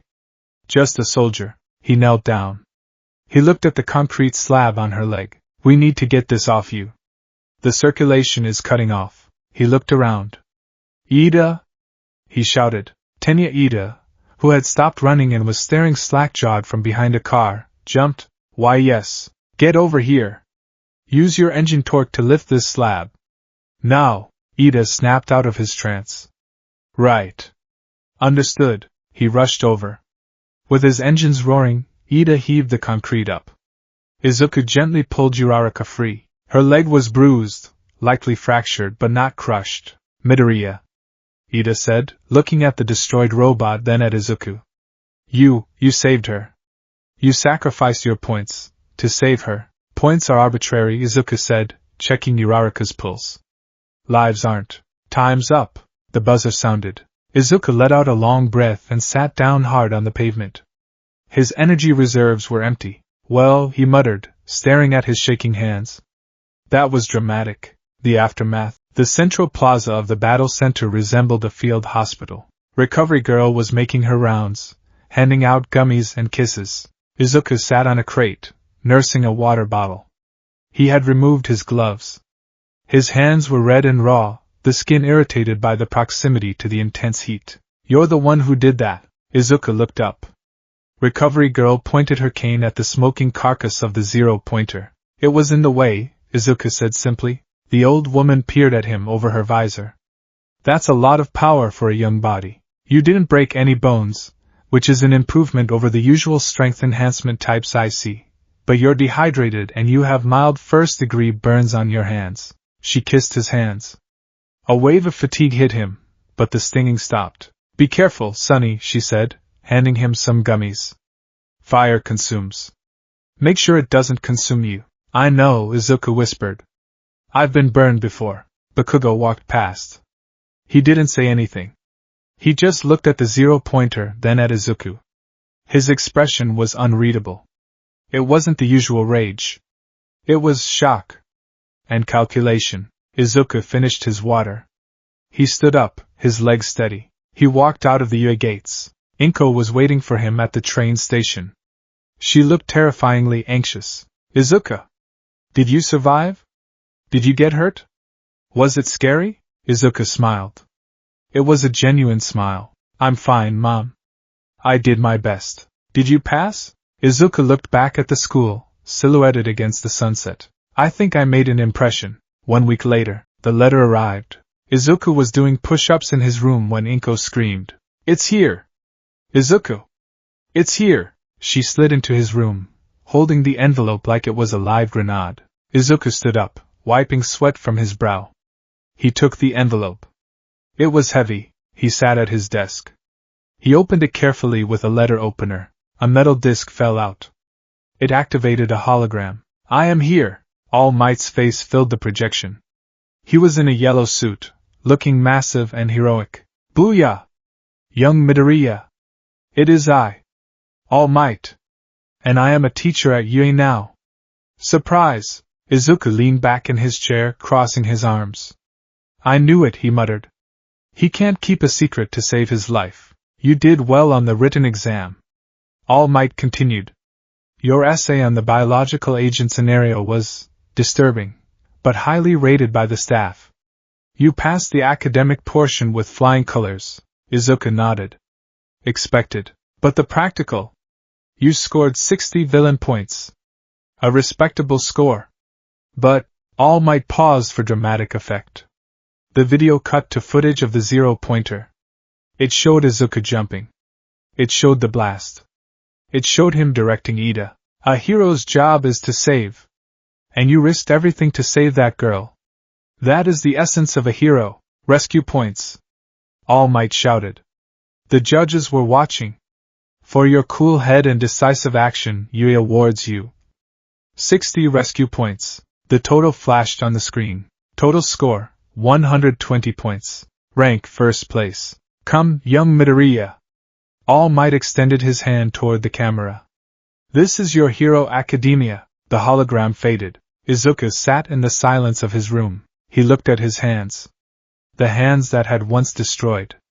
The hands that were now being praised for saving. He picked up the burnt notebook from his desk. The one Bakugo had destroyed, the one he had saved from the koi pond. He opened it to the page where he had drawn his hero costume design. He picked up a pen.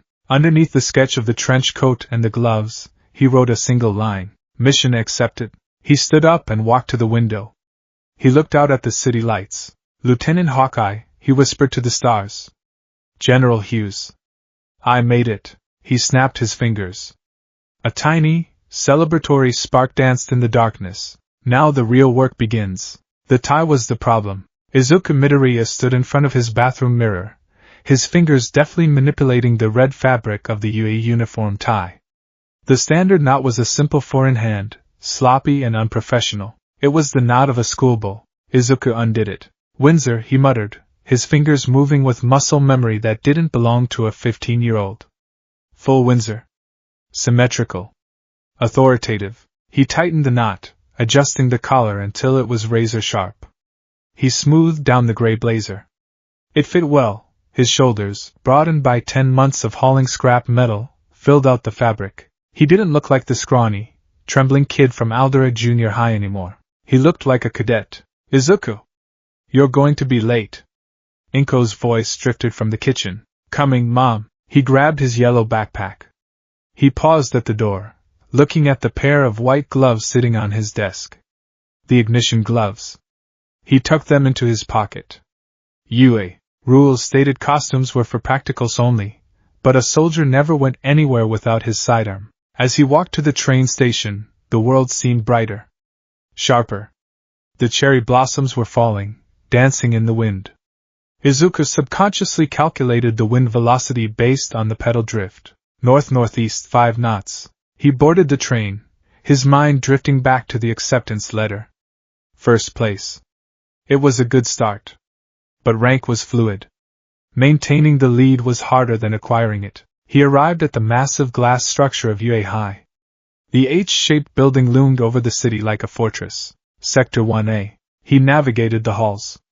The doors were massive, easily 10 feet tall, designed for heteromorphs with gigantification quirks, Izuku noted. Or perhaps psychological warfare. Making the students feel small before they even enter the room. He stood before the door labeled 1A. He could hear voices inside. "Don't put your feet on the desk." "Ha! Who do you think you are, Four Eyes?" Izuku sighed. "Of course." He slid the door open. The classroom was standard. Rows of desks. A podium. Sunlight streaming through large windows. Tenya Ida was standing over Katsuki Bakugo's desk, chopping the air with his hand. Bakugo had his feet propped up, a look of supreme arrogance on his face. "It's disrespectful to the upperclassmen who use these desks," Ida insisted. "Upperclassmen? Screw 'em," Bakugo sneered. Then, his eyes flicked to the door. The room went silent. Bakugo's feet dropped from the desk. He sat up straighter, his eyes narrowing. The pebble had arrived. Ida spun around. "Ah! You!" Ida marched toward Izuku. "I am Tenya Ida from Semi-Private Academy." "I know," Izuku said, adjusting his bag strap. "I heard you announcing it from the hallway." "I'm Midoriya." "Midoriya." Ida looked him up and down. "I must apologize. During the entrance exam, I misjudged you. I thought you were merely muttering, but you discerned the true nature of the test before anyone else. You realized the rescue points were the key." Izuku blinked. "Was that the key? Or did they just tack it on because I blew up their expensive robot?" "Sure," Izuku said smoothly. "Situational awareness is primary. But you executed the evacuation protocols well, Ida. Your command voice carries." Ida flushed with pride. "Thank you?" "Oh. It's the curly-haired boy." Uraraka Ochako appeared behind him, beaming. "You made it."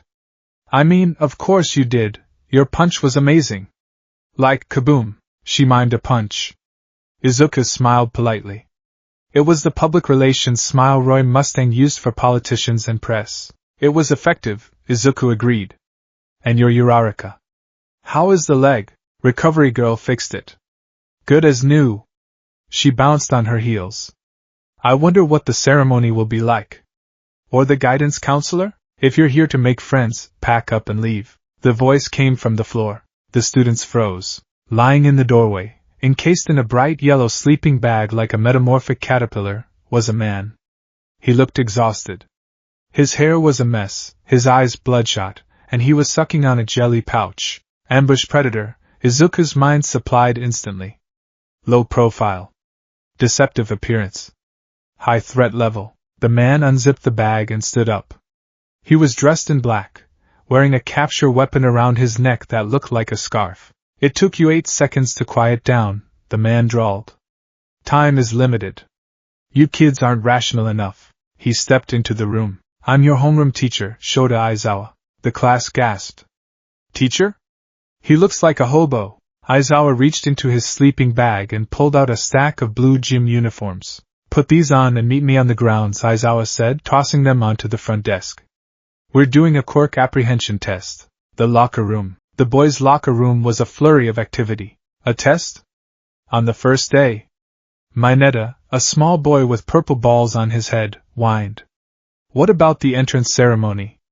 The orientation? Yui is known for its freestyle education system, Izuku said, pulling his shirt off. The teachers have full discretion. Orientation is a formality.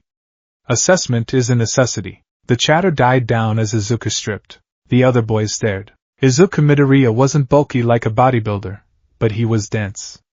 Every muscle was defined, carved from months of moving tons of scrap metal. But what drew the eye were the scars. Small, white burn scars speckled his forearms, remnants of early experiments with the ignition cloth before he perfected the weave. A long, thin scrape down his ribs from a jagged piece of rebar. He looked lived in. Dude, Kirishima said, staring. You look like you've been to war. Izuku pulled on the blue gym shirt. For a split second, his eyes darkened, old shadows passing behind the emerald green. Training is a war against your own weakness, Izuku said simply. If you don't come out with a few scars, you weren't trying hard enough. He slammed his locker shut.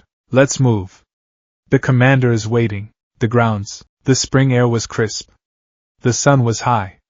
It was a perfect day for drills. Class 1A stood in a loose cluster on the dirt field. Aizawa stood before them, looking bored. A Quirk apprehension test? The class shouted in unison. What about the ceremony? The guidance counselor? Uraraka asked. If you want to be a hero, you don't have time for such leisurely events, Aizawa said, his voice flat. UA's selling point is plus ultra. That means no safety nets. No pageantry. He looked at Izuku. Bakugo, you finished second in the practical exam. In junior high, what was your best result for the softball throw? Bakugo scowled, stepping forward. 67 meters. Try it with your Quirk, Aizawa said. Anything goes as long as you stay in the circle. Bakugo grinned. He walked to the circle. He stretched his arms. I'm gonna add a blast to the pitch, Bakugo muttered. He wound up. Die. Boom. A massive explosion propelled the ball into the sky. It soared, leaving a smoke trail. Die. Izuku whispered, raising an eyebrow. Tactically unsound battle cry, but effective propulsion. Aizawa held up a device. 705.2 meters. Whoa! That's awesome. We can use our quirks freely? This is going to be fun. The atmosphere in the class shifted. It became light. Excited, Izuku watched Aizawa. He saw the teacher's eyes narrow. He saw the corner of his mouth twitch downwards. Here it comes, Izuku thought. The call. Fun? Aizawa repeated softly. You have 3 years to become a hero. Will you have an attitude like that during a crisis? Aizawa's hair rose slightly. The air grew heavy. All right. Whoever comes in last place in all 8 tests will be judged to have no potential. Aizawa smiled. It was a terrifying, shark-like grin, and will be punished with expulsion. Huh? The class erupted. Expulsion? Uraraka cried. It's the first day. That's not fair. Natural disasters aren't fair, Aizawa countered. Villain attacks aren't fair. Catastrophic accidents aren't fair. Heroes are the ones who turn that unfairness around. If you wanted to go hang out at Mickey D's after school, you're in the wrong place. He swept his gaze over the terrified students. Welcome to UA High's hero course. The students were shaken. Fear was palpable, except for one. Izuku Midoriya stepped forward, adjusting his gloves, which Aizawa had permitted after a brief inspection. He didn't look scared. He looked approving. Standard culling procedure, Izuku said, his voice cutting through the murmurs. The class looked at him. In any elite unit, you weed out the liabilities early, Izuku continued, meeting Aizawa's gaze. It saves lives later. If you can't handle the pressure of a test, you can't handle a villain holding a hostage. He looked back at his classmates. Stop whining about fairness. Start figuring out how to survive. That's the first lesson. Aizawa's eyebrow raised a fraction of an inch. Interesting. He's not reacting with panic. He's reacting with logic. A soldier's logic. Well said, Aizawa grunted. Test 1, 50-meter dash. The tests. Test 1, 50-meter dash. Ida versus Ajui. Ida's engines roared. 3.04 seconds. Ajui hopped. 5.58 seconds. Impressive torque, Izuku noted, observing Ida. Though his turning radius must be terrible. Midoriya versus Bakugo. Izuku stepped to the line. Bakugo was glaring at him. I'm gonna crush you, Deku, Bakugo hissed. Focus on the track, Kaken, Izuku replied, staring straight ahead. Start. Bakugo blasted backward. Boom. 4.13 seconds. Izuku didn't have a speed quirk. But he had physics. He faced backward. The robot raised the gun. Izuku snapped both fingers behind him, aiming at the ground at a 45-degree angle. Flash step. Crack. The explosion was small but concentrated. The shockwave shoved him forward. He spun in midair, his feet catching the track, and he sprinted. His legs, powered by the grueling beach training, pumped like pistons. He crossed the line. 5.51 seconds. TCH, Izuku clicked his tongue. Recall cost me a fraction of a second on the turnaround. Should have just sprinted. Bakugo stared at him. You used your quirk for mobility? It's called versatility, Izuku said, dusting off his shoulder. Test 2, grip strength. Shoji, 540 kilograms. Izuku gripped the device. He didn't use an explosion here. It would destroy the machine. He just squeezed. Squeeze. 76 kilograms. Above average for a male of your size, Aizawa noted. I lift heavy, Izuku said. Test 3, standing long jump. Bakugo flew across the sandbox. Aoyama used his naval laser. Izuku stood at the edge. He took a deep breath. Vector calculation. Trajectory. He jumped, snapping downwards with both hands at the apex of his leap. Boom. The air cushion propelled him further. He cleared the sandbox entirely, landing in the grass with a roll. Cleared. Test 4, repeated side steps. Mineta was a blur. Izuku relied on agility training. He wasn't the fastest, but he was rhythmic.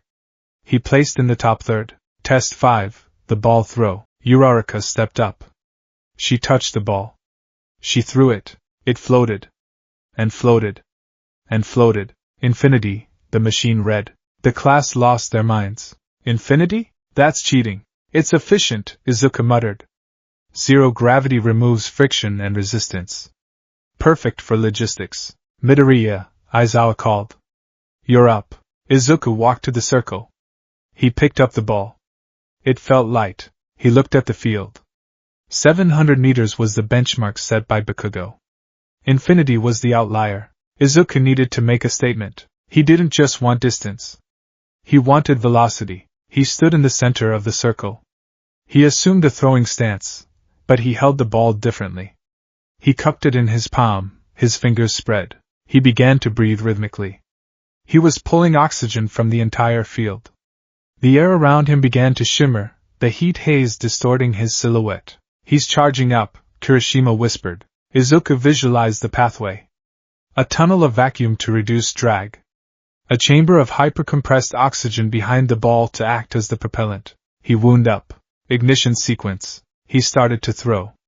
His arm whipped forward. Suddenly, the world went cold. The shimmering air vanished. The oxygen dispersed.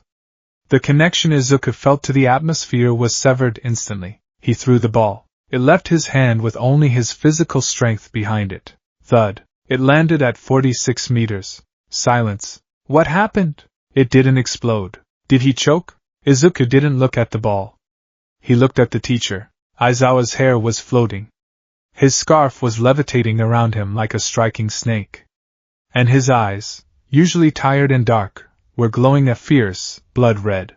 I erased your quirk, Aizawa said, his voice low and dangerous. He stepped closer, invading Izuku's personal space. The entrance exam was definitely not rational enough. Even a kid like you was accepted. A kid like me? Izuku repeated, his voice calm. He didn't back down. You can't control your quirk, can you? Aizawa accused. I watched the footage. You broke your bones to save that girl. You have the same recklessness as All Might. A hero who destroys himself to save one person is just a liability. After you save one, who saves you? You become a doll to be rescued. Aizawa's eyes bore into him. Izuku Midoriya. You cannot become a hero with that power. The class held its breath. Bakugo was watching with a mix of glee and confusion. Izuku stood there. He looked at his hand. Then he looked at Aizawa. He analyzed the situation. Erasure hero, eraser head.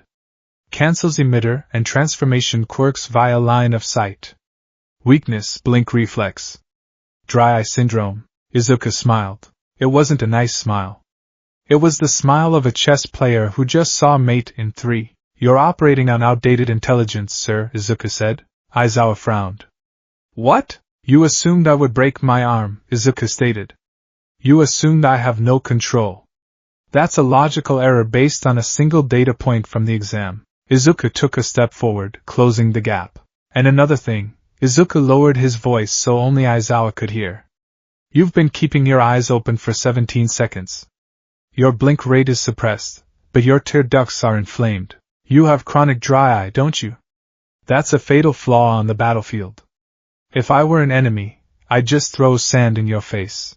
Aizawa's eyes widened slightly. He analyzed my weakness while I was intimidating him? Aizawa blinked. His hair fell. The red glow vanished. You have a lot of talk, kid, Aizawa grumbled, handing Izuku another ball. You have one more try. Get it over with. Then go home. Izuku took the ball. He walked back to the circle. He thinks I'm a glass cannon, Izuku thought. He thinks I'm reckless. Time to show him the difference between a bomb and a bullet. Izuku didn't wind up for a throw this time. He held his left arm out straight, aiming at the horizon.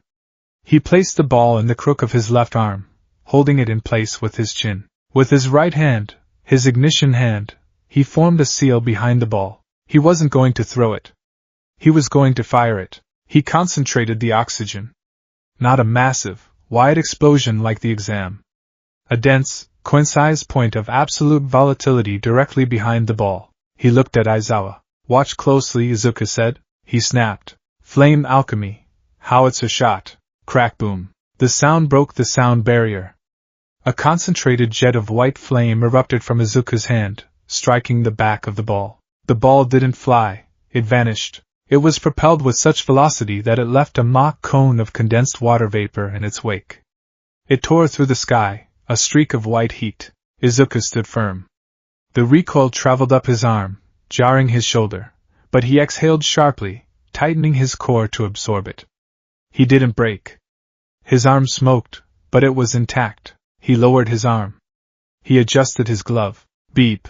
Aizawa looked at the device. He stared at it for a long second. He turned the screen to the class. 1,204.6 meters. Over a kilometer. Kaminari whispered. He shot it like a cannon, Ciro gasped. Without breaking his fingers, Izuku walked past Aizawa. I didn't break anything, sir, Izuku said, his voice devoid of arrogance, just stating facts. And I'm not going home. Aizawa looked at the boy. He saw the fire in those green eyes. It wasn't the reckless fire of a child. It was the cold, controlled burn of a survivor. Aizawa grinned. It was a creepy, genuine grin. This kid. Aizawa thought. Sand in my face, huh? 0 probability of expulsion. The reaction. DKU. An explosion popped. Bakugo charged. He couldn't take it. The pebble. The useless Deku. He had just outperformed him. He had just stood up to the teacher. He had just fired a cannon. Tell me how you did that, you bastard. Bakugo lunged, his right hand primed for a blast. Izuku didn't flinch. He didn't even raise his hands. Whoosh. White cloth wrapped around Bakugo, binding his arms to his sides. He fell face first into the dirt. Gah!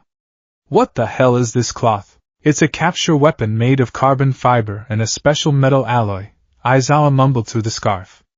Stand down. Using quirks against students is strictly prohibited. Aizawa glared at Bakugo. Don't make me use my quirk so much. I have dry eye. You really should use eye drops, sir, Izuku commented helpfully. Aizawa glared at Izuku.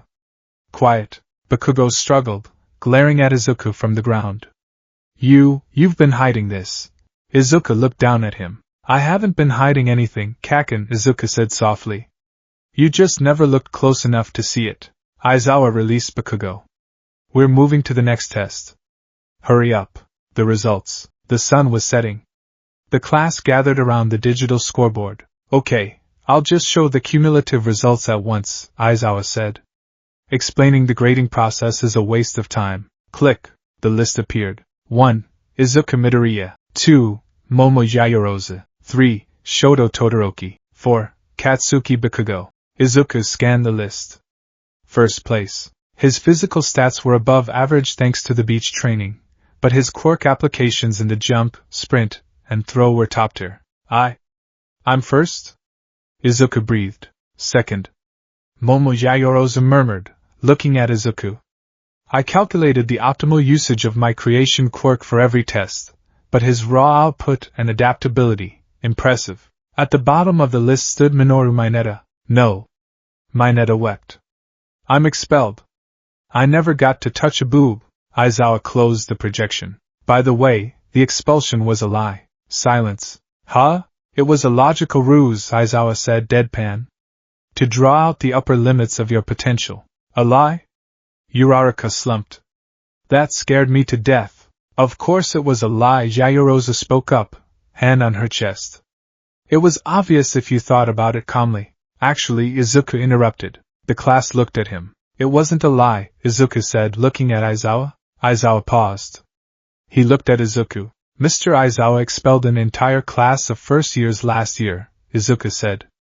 I read the file. He has zero tolerance for lack of potential. The class went pale again. He didn't expel us because we showed potential, Izuku continued. The ruse was that he had already decided to cut us if we failed. He just gave us a chance to prove him wrong. Izuku walked up to Aizawa. Am I correct, sir? Aizawa stared at Izuku. This boy knew too much. He read files? He analyzed patterns? You're too smart for your own good, Midoriya, Aizawa grunted. But yes. You all survived. For now. Aizawa turned to leave. Pick up a syllabus in the classroom. Tomorrow, the real hell begins. He walked away, his cape billowing. The class let out a collective sigh of relief. Man, that was intense. Kirishima said, slapping Izuku on the back. You were awesome, Midoriya. First place. And you stood up to the teacher. Yeah. That was so manly. And terrifying. The students gathered around Izuku. He was the center of gravity. He had proven his strength, his intelligence, and his nerve. Izuku looked at them. These were his squad mates. His unit. They were raw, untrained, and naive, but they had potential. We did well, Izuku said, assuming the role of leader naturally. But we need to improve. I noticed some inefficiencies in our quirk applications. We should hold study sessions. Study sessions with the top student? Ashido cheered. I'm in. Me too. As the group walked back to the changing rooms, Izuku glanced back at Bakugo. Bakugo stood alone, staring at the scoreboard. Fourth place. Behind Deku. Behind Ponytail.